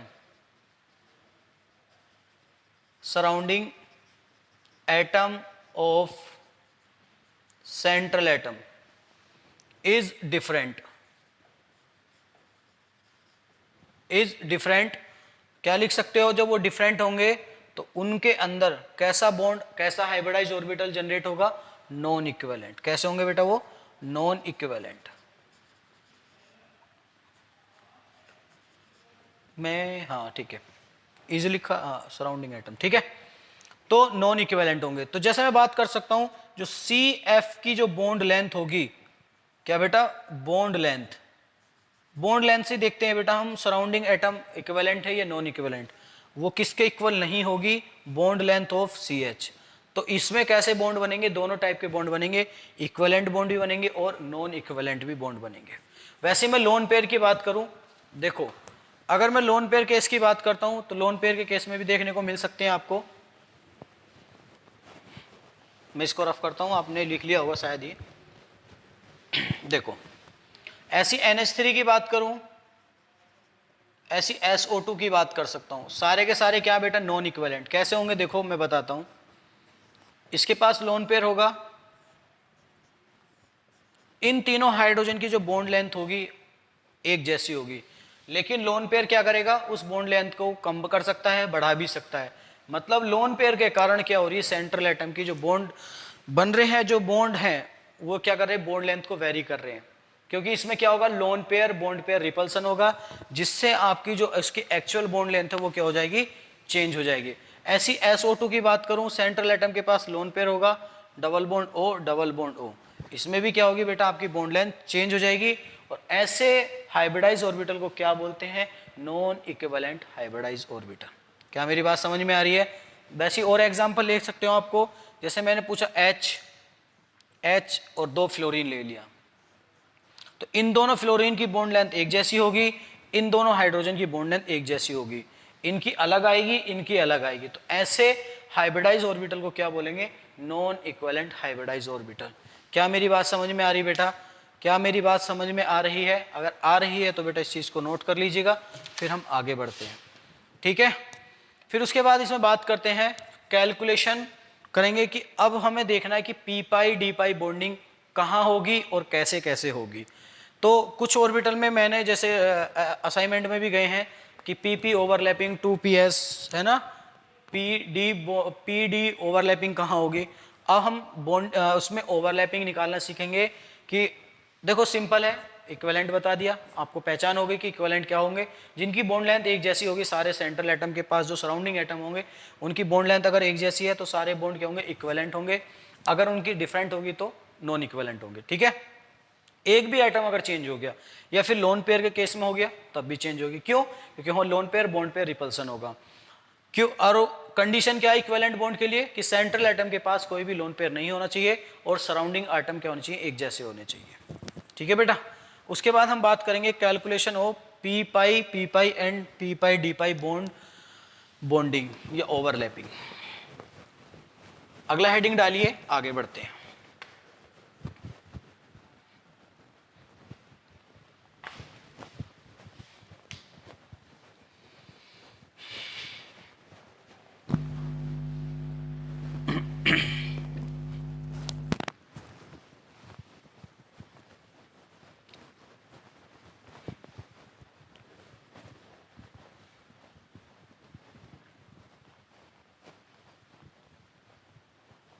देखो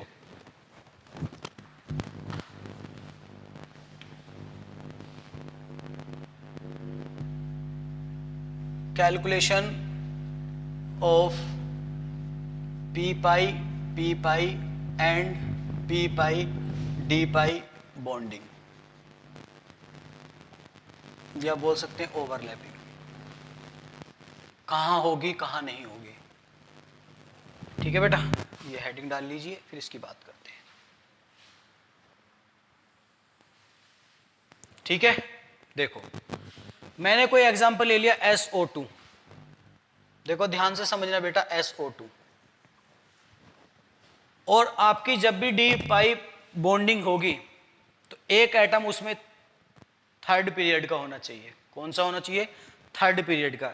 जैसे कि मैं बोल सकता हूं सिलिकॉन, सल्फर, फास्फोरस, सल्फर और आपका क्लोरीन, चाहे वो सेंट्रल एटम बन के काम करे या फिर वो एडजेसेंट एटम बन के काम करे, एक एटम उनमें कौन सा होना चाहिए?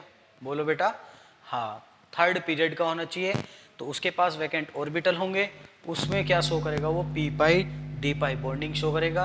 और जिसके पास पी पी ऑर्बिटल होंगे उसके पास कैसी बॉन्डिंग होगी? पी पाई बॉन्डिंग होगी। बात समझ में आ रही है?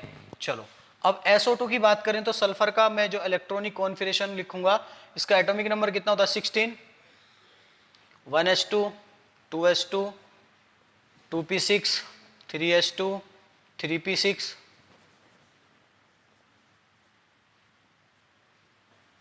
3p जो भी है। सल्फर में कितने इलेक्ट्रॉन होते हैं? 6, मतलब 4। और आपका इसके बाद आएगा 3d 0, मतलब इसके पास क्या? Vacant D orbital.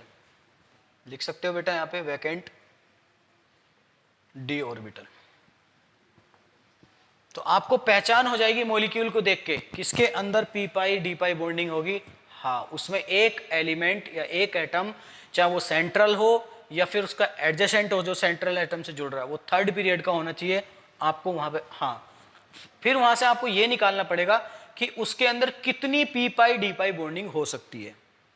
तो देखो कितनी होगी। वैसे ऑक्सीजन के पास बात करूं तो ऑक्सीजन के पास 8 इलेक्ट्रॉन होते हैं, कॉन्फ़िगरेशन 1s2, 2s2, 2p4, मतलब ऑक्सीजन के पास p ऑर्बिटल होते हैं और सल्फर के पास क्या होते हैं? d ऑर्बिटल होते हैं। तो अगर मैं सल्फर के लिए ग्राउंड स्टेट कॉन्फ़िगर, क्योंकि सेंट्रल एटम कौन होगा यहाँ पे? सल्फर। सल्फर से कौन जुड़ा है? ऑक्सीजन। ऑक्सीजन ही तो बॉन्ड बनाएगा। तो इसके लिए मुझे कौन सा ऑर्बिटल लेने पड़ेंगे बेटा? ये 3s वाले। तो ग्राउंड स्टेट में लेके चलूं 3s, 3p और उसके बाद आएगा आपका 3d। फिर इसकी एक ट्रिक भी बताऊंगा, बस उस ट्रिक को याद रख लेना, आप आसानी से बता सकते हो किसके लिए कौन क्या होगा। 3s, 3p और 3d। बात करते हैं बेटा इसके। उसके बाद हम बात करते हैं इलेक्ट्रॉन फिल करो। देखो 3d तो पूरा जीरो पड़ा है, खाली पड़ा है।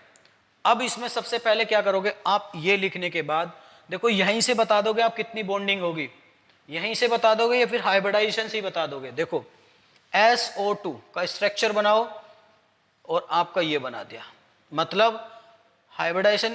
अरे यार बन जा भैया, यार क्यों परेशान कर रहा है? ये लो, है ना। तो इसकी हाइब्रिडाइजेशन क्या होगी बेटा? sp2। तो हाइब्रिडाइजेशन देखते ही आप समझ जाओ, sp2 हाइब्रिडाइजेशन बनाओ और ये वाला ऑर्बिटल जनरेट करो। देखो अब जैसे मैं एक्साइटेड स्टेट कराऊंगा एक इलेक्ट्रॉन, क्या कराऊं बेटा? First excitation state. ये तो ग्राउंड स्टेट हो गई, मैं फर्स्ट कराता हूं। देखो कहीं पे फर्स्ट भी करानी पड़ती है, कहीं पे सेकंड भी करानी पड़ती है, कहीं पे थर्ड भी करानी पड़ती है, कहीं भी कितनी भी करानी पड़ सकती है। वो डिपेंड करता है किस पे? जो उसके पास एडजेसेंट एटम जुड़ा है वो कितने जुड़े हैं, कितने बॉन्ड बना रहे हैं, और वो जितने बॉन्ड बनाएंगे उसके इलेक्ट्रॉन उतनी ही एक्साइटेड होकर कहाँ जाएंगे? p ऑर्बिटल में या फिर d में, और उतनी ही बॉन्डिंग शो करेगा। एक p पाई d पाई हो सकती है, 2 हो सकती है, 3 हो सकती है। अब यहाँ पे देखो कितने ऑक्सीजन बॉन्ड बना रहे हैं? 2। तो मतलब यहाँ पे हमें 2 ही ऑर्बिटल यूज कर रहे हैं, 2 ही ऑर्बिटल यूज करने, क्योंकि ऑक्सीजन के पास 2 ही ऑर्बिटल तो खाली होंगे पाई बॉन्ड बनाने के लिए। बात समझ में आ रही बेटा? तो देखो तो कैसे आपको पहचान करनी है, तो पहले आप इसका क्या करा दो? फर्स्ट एक्साइटेशन करा दो। ये चला गया, यहां पर चला गया बेटा। देखो जैसे ही कराएंगे, यहां पर फर्स्ट एक्साइटेशन स्टेट कराया 3, यहां पे 3 ऑर्बिटल खाली हो गए, और यहां पर देखो 5, और एक कहां चला गया आपका डी में चला गया बेटा, यहां भी 3 ऑर्बिटल क्या हो गए, खाली हो गए। और यहां पर देखो ये होगी आपकी एक्साइटेड स्टेट। अब यहां पे सबसे पहले जो आपने हाइब्रिडाइजेशन निकाली है उसके ऑर्बिटल फिल कर दो। कौन सा ऑर्बिटल फिल कर दो, हाइब्रिडाइजेशन वाले। तो देखो इसमें कितने ऑर्बिटल, एक एस है 2 पी है, एक एस ऑर्बिटल है 2 पी ऑर्बिटल है। तो इसके 2, इसका एक एस ऑर्बिटल लेना है और इसके 2 लेने पी। खत्म हो गया इनका काम। अब ये बॉन्डिंग में नहीं आएंगे क्योंकि वो क्या बना चुके हैं, एस और पी मिलकर सिग्मा बॉन्ड बना चुके हैं, sp2 करके सिग्मा बॉन्ड। अब ओवरलैपिंग करा के क्या बना, डबल बॉन्ड। तो कितने बॉन्ड बना रहा है बेटा, वो कितने बॉन्ड बना रहा है सल्फर ऑक्सीजन के साथ, 2। देखो बेटा 2 ही ऑक्सीजन तो है, हाँ तो बस मुझे 2 ही ऑर्बिटल खाली चाहिए। कितने ऑर्बिटल खाली चाहिए, 2। तो ऑक्सीजन के पास कितने इलेक्ट्रॉन है बेटा अनपेड, उसमें सेल में 4। तो इसमें भी पी ऑर्बिटल में कितने इलेक्ट्रॉन खाली पड़े होंगे, 1 2 3 4, 2। तो इसके भी 2 ऑर्बिटल चाहिए, इसके भी 2 ऑर्बिटल चाहिए। तो दोनों ऑक्सीजन आएंगी और दोनों ऑक्सीजन एक एक इनको पेयर कर देंगी। तो मुझे बताइए इसके अंदर डी ऑर्बिटल कितने इन्वॉल्व हुए, 1। और एक ऑर्बिटल कौन सा हुआ, बोलो पी। तो यहां पर तो इस एक ऑक्सीजन क्या करेगा, पी पाई बॉन्डिंग करेगा, और एक क्या करेगा, पी पाई डी पाई बॉन्डिंग करेगा। बात समझ में आ रही बेटा, मेरी बात समझ में आ रही है नहीं आ रही है। देखो सिंपल मेथड है आपको बताने का, जितने वो बॉन्ड बनाएगा बस वो देखना सीख जाओ। कितने बॉन्ड बना रहा है, 2। तो मुझे उसकी आउटर मोस्ट सेल में 2 ही ऑर्बिटल खाली लेके आने पड़ेंगे लास्ट में। अगर वो 3 लेके आता फिर 3 करने पड़ते, 4 लेके आता तो 4 करने पड़ते, 5 लेके आता तो 5 करने पड़ते, उतनी एक्साइटेशन बढ़ाते चले जाते। तो आप पहले क्या करोगे, अगर आपको ऐसा आइडिया नहीं लग रहा है तो आप क्या करो, एक इलेक्ट्रॉन को एक्साइटेड करो, फिर उसका जो हाइब्रिडाइजेशन है उसको फिल करके नेग्लेक्ट कर दो। अब यहाँ पे कितने ऑर्बिटल खाली बचे, 1 2, हाँ तो 2 ही मेरे पास ऑक्सीजन है, 2 ही बॉन्ड बनाने मुझे। तो देखो एक ऑक्सीजन तो इसके साथ पी के साथ बना लेगा और एक ऑक्सीजन डी के साथ। तो आप यहां से बता सकते हो बेटा एक इसके अंदर कौन सी बॉन्डिंग होगी, पी पाई होगी, और एक कौन सी होगी, पी पाई डी पाई होगी। ठीक है, वैसे ही मैं लेके चलूं SO3। अब देखो आसान है बहुत, आपको बनाना सीखो, बहुत आसान है। SO3 लेके चलता हूं। अब इसमें खुद बताओगे आप, मुझे उम्मीद है कि आपको ये चीज समझ में आ गई होगी और आप खुद ही बताओगे। इसमें देखो सबसे पहले आप सल्फर का कॉन्फ़िगरेशन लिखो। ऑक्सीजन का आपको पता ही है 4 इलेक्ट्रॉन है और उसके 2 ऑर्बिटल खाली हैं, तो सेम केस यहीं पे होगा। लेकिन यहाँ बॉन्ड कितने बना रहा है, 3। और सल्फर के पास टोटल कितने इलेक्ट्रॉन होते हैं अनपेड, 6 ही होते हैं, मतलब लोन पेयर तो यहाँ पे कुछ अब बचा नहीं। और हाइब्रिडाइजेशन क्या हो गया बेटा, sp2। यहाँ भी कितना होगा, sp2। लेकिन यहाँ पे बॉन्ड इंक्रीज हो गए, कितने बॉन्ड बना रहा है, 3। तो मुझे 3 ऑर्बिटल खाली लेके आने हैं। बस यहां से पहचान हो गई, कितने ऑर्बिटल खाली लेके आने मुझे, 3। अब वो 3 कौन कौन से आएंगे, बस वही देखना है और वही बॉन्डिंग शो करेंगे। तो देखो अगर मैं सल्फर का ग्राउंड स्टेट कॉन्फ़िगरेशन लेके चलता हूं तो 3s 3p और 3d। ठीक है, आप इलेक्ट्रॉन फिल कीजिए, कर दिए बेटा। ये कौन सा हो गया, ग्राउंड स्टेट। अब इसको एक्साइटेड स्टेट में लेके जाना सल्फर को।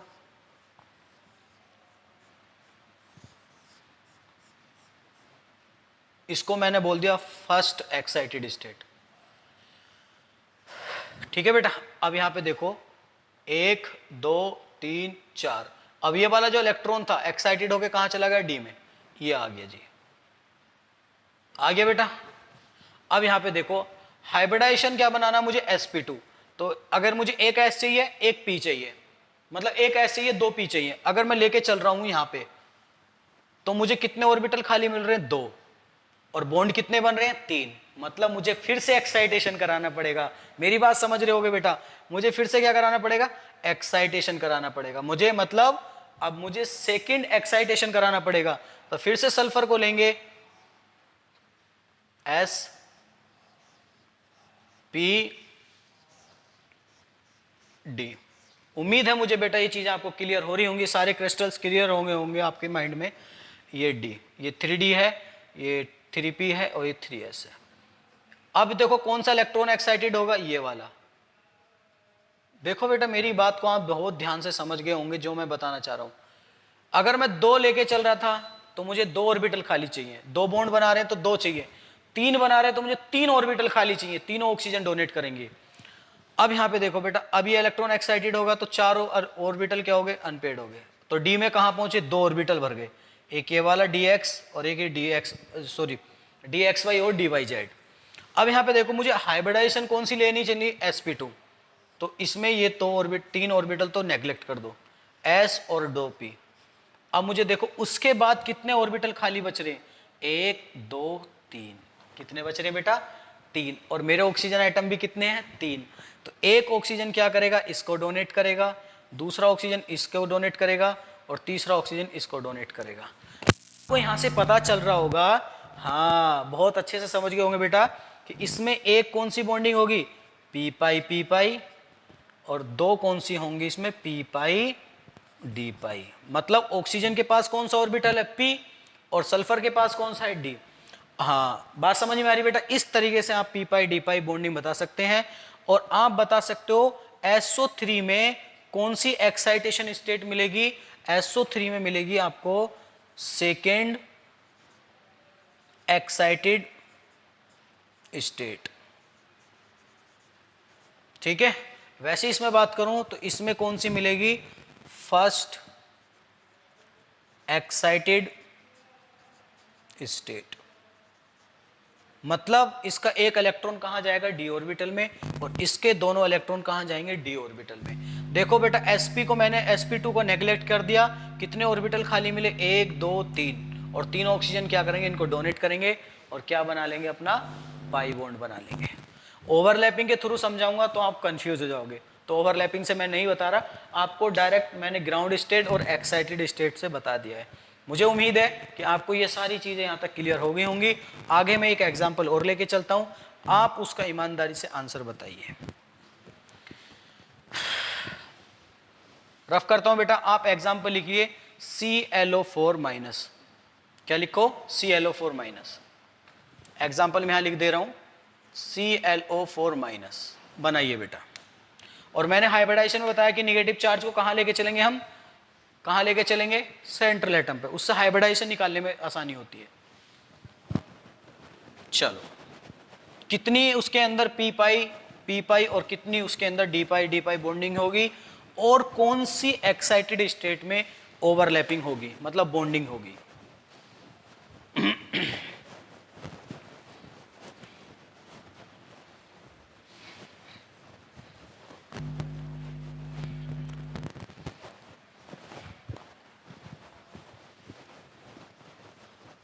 देखो बेटा बहुत अच्छे से समझाया है, बस आप एक बार बैठ के ट्राई करो घर पे, ईमानदारी से आपको सब कुछ क्लियर हो जाएगा।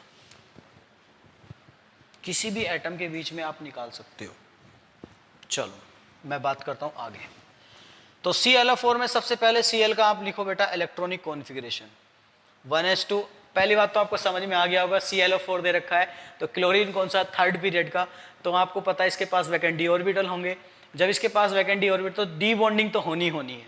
अब कितनी होनी है वो उसका बेटा बॉन्ड बताएगा कि उसके साथ कितने ऑक्सीजन बॉन्ड जुड़े, 4, मतलब 4 अनपेड इलेक्ट्रॉन चाहिए मेरे को, और 4 कहाँ मिलेंगे वो मुझे देखना है, और मुझे वो मिलते ही आपका आंसर बिल्कुल सही हो जाएगा, है ना। हाँ, 1s2, 2s2, 2p6, 3s2, 3p5, और उसके बाद आएगा आपका 3d 0। अब इसका देखो बेटा, अगर मैं क्लोरीन का ग्राउंड स्टेट लेके चलता हूं तो 3s, देखो ग्राउंड स्टेट किसकी लेके चलते हैं, ओवरलैपिंग जो होगी वो आउटर मोस्ट सेल के साथ होगी, कितने अनपेड इलेक्ट्रॉन है, तो कौन है बेटा 3s और 3p और 3d, क्योंकि एक ही सेल में होंगे ना ये सारे के सारे आपके, हाँ एक ही सेल में होंगे ना उसमें ये तीनों ऑर्बिटल, 3s 3p और आपका 3d। कुछ एग्जाम्पल मैं घर से भी दूंगा, आपको बना के लाने हैं, ठीक है बेटा, 3p और आपको 3d।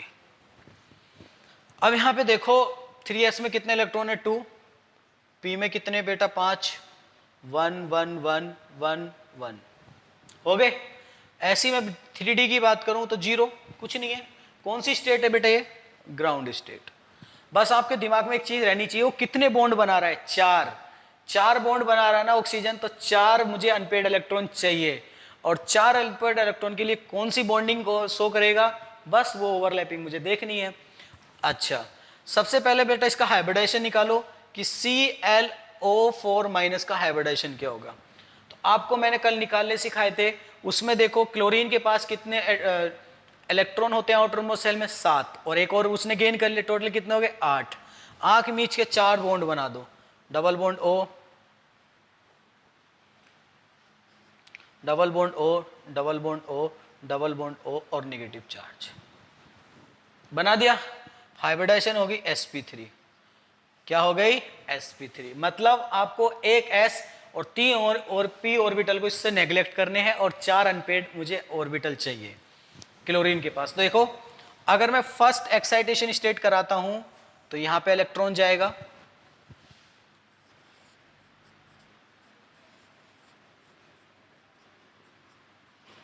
चला गया बेटा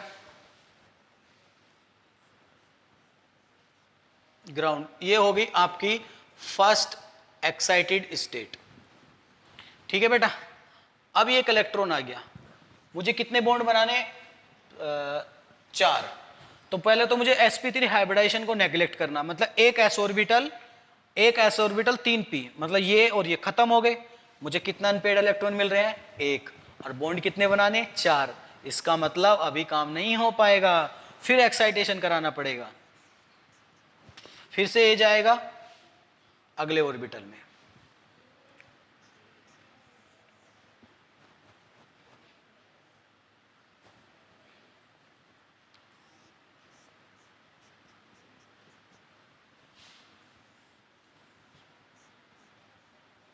एक, दो, तीन, इसको बोलेंगे सेकेंड एक्साइटेड स्टेट। फिर से मेरे को sp3 को नेग्लेक्ट करो, एक s 3 p, मुझे कितने ऑर्बिटल खाली मिल रहे हैं? बोलो बेटा 2। कितने मिल रहे हैं? बोलो भाई 2। तो इसका मतलब अभी भी काम नहीं हो पाएगा। फिर से क्या करना पड़ेगा बेटा मेरे को? ये वाले इलेक्ट्रॉन को भी एक्साइटेड कराना पड़ेगा।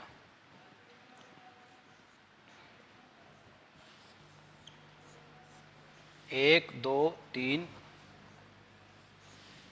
4, 5, 6, 7, इसको क्या बोलेंगे बेटा? Third excited state. अब देखो बेटा, इसमें सारे के सारे 2s 2p 3s 3p और 3d। मेरी बात समझ में आ रही बेटा? अगर मेरी बात को आप ध्यान से समझ रहे होंगे तो आपको पता होगा कि यहाँ पे क्या होने वाला है। देखो, अब मेरे को क्या बनाना है? sp3। क्या बनाना बेटा मेरे को? sp3। तो बेटा आपको देखना पड़ेगा sp3 में यहाँ पे कितने ऑर्बिटल खाली मिल रहे? 3। ऑक्सीजन एटम कितने? 4। और उसके पास क्या है? एक निगेटिव चार्ज है। क्या है बेटा? एक निगेटिव चार्ज। तो एक निगेटिव चार्ज ने ऑक्सीजन की वैलेंसी को क्या कर दिया होगा? पूरी कर दिया होगा भाई। करा होगा नहीं करा होगा? खुद सोचो। सेंट्रल एटम के पास कितने बॉन्ड बन रहे? 4। एक बॉन्ड को कौन पूरा करेगा? Negative charge. बाकी 3 ऑक्सीजन को कौन पूरा करेगा? बोलो भाई ऑक्सीजन। तो 3 ऑक्सीजन आएंगी और एक इसके साथ बॉन्डिंग बना लेगी, एक इसके साथ, एक इसके साथ, और एक ऑक्सीजन जो होगी वो इसके साथ बना लेगी जो निगेटिव चार्ज आया होगा। मेरी बात समझे नहीं समझे बेटा? एक निगेटिव चार्ज भी है ना सेंट्रल एटम के पास, तो एक ऑक्सीजन को बैलेंस कौन करेगा? Negative charge. 3 को कौन करेगा? ये डी ऑर्बिटल। तो इसमें कितनी मिल रही हैं? पी पाई डी पाई बॉन्डिंग। बोलो बेटा 3। कितनी मिलेंगी इसमें? सिर्फ और सिर्फ इसमें क्या मिलेंगी आपको? 3 पी पाई डी पाई ही बॉन्डिंग मिलेंगी। 3 क्या मिलेंगी? पी पाई डी पाई बॉन्डिंग। अगर आपसे पूछा जाए एक्साइटेड स्टेट तो कौन सी में मिलेगा बेटा? थर्ड में। कौन सी में मिलेगा वो? Third excited state. मेरी बात समझ में आ रही है बेटा? थर्ड एक्साइटेड स्टेट होगी और उसमें 3 पी पाई डी पाई बॉन्डिंग होगी, और एक नेगेटिव चार्ज जो होगा वो ऑक्सीजन को क्या कर देगा? बैलेंस कर देगा। बाकी कितनी बची होंगी? 3। 3 को कौन बैलेंस करेगा, डी ऑर्बिटल। तो कैसी कितनी बॉन्डिंग मिलेंगी बेटा आपको, 3 पी पाई डी पाई बॉन्डिंग मिलेंगी। मेरी बात क्लियर हो रही है। तो निगेटिव चार्ज का भी बहुत बड़ा रोल है, ध्यान रखना। अगर वो न्यूट्रल फॉर्म में है तो बहुत आसानी से आप बता सकते हो, और आपका अगर निगेटिव चार्ज है तो ध्यान में रखना बस एक बॉन्ड किसके साथ बना होगा, निगेटिव चार्ज के। बाकी कितने बचे होंगे, 3 बचे, तो 3 को कौन पूरा करेगा, क्लोरीन करेगा अपनी वैकेंट साइड से, करेगा नहीं करेगा। बस तो वही चीज़ यहाँ पे सोचनी है और अपना कंसेप्ट को लगाना है, ठीक है। लेकिन अगर वहाँ पे कोई न्यूट्रल चार्ज है, कोई निगेटिव पॉजिटिव नहीं है, तो फिर सारी की सारी कौन पूरी करेगा, आपका सेंट्रल एटम ही पूरी करेगा। और उसमें देखते चले जाओ कितने बॉन्ड बना रहा है, जितने वो बॉन्ड एक्सटेंड करेगा उतने ही आपके ऑर्बिटल में ओवरलैपिंग करेगा। देखो अगर मैं आपसे डायरेक्ट पूछूं सी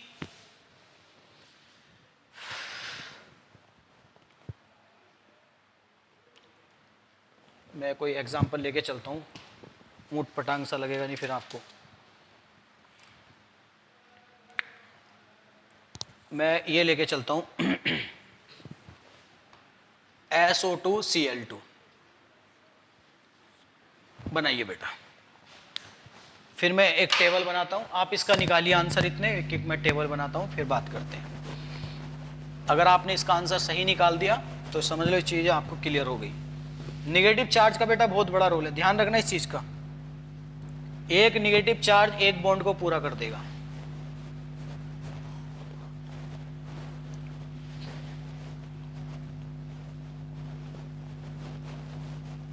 आप इसका आंसर निकालिए, मैं एक टेबल बना देता हूं इतने की चीजों।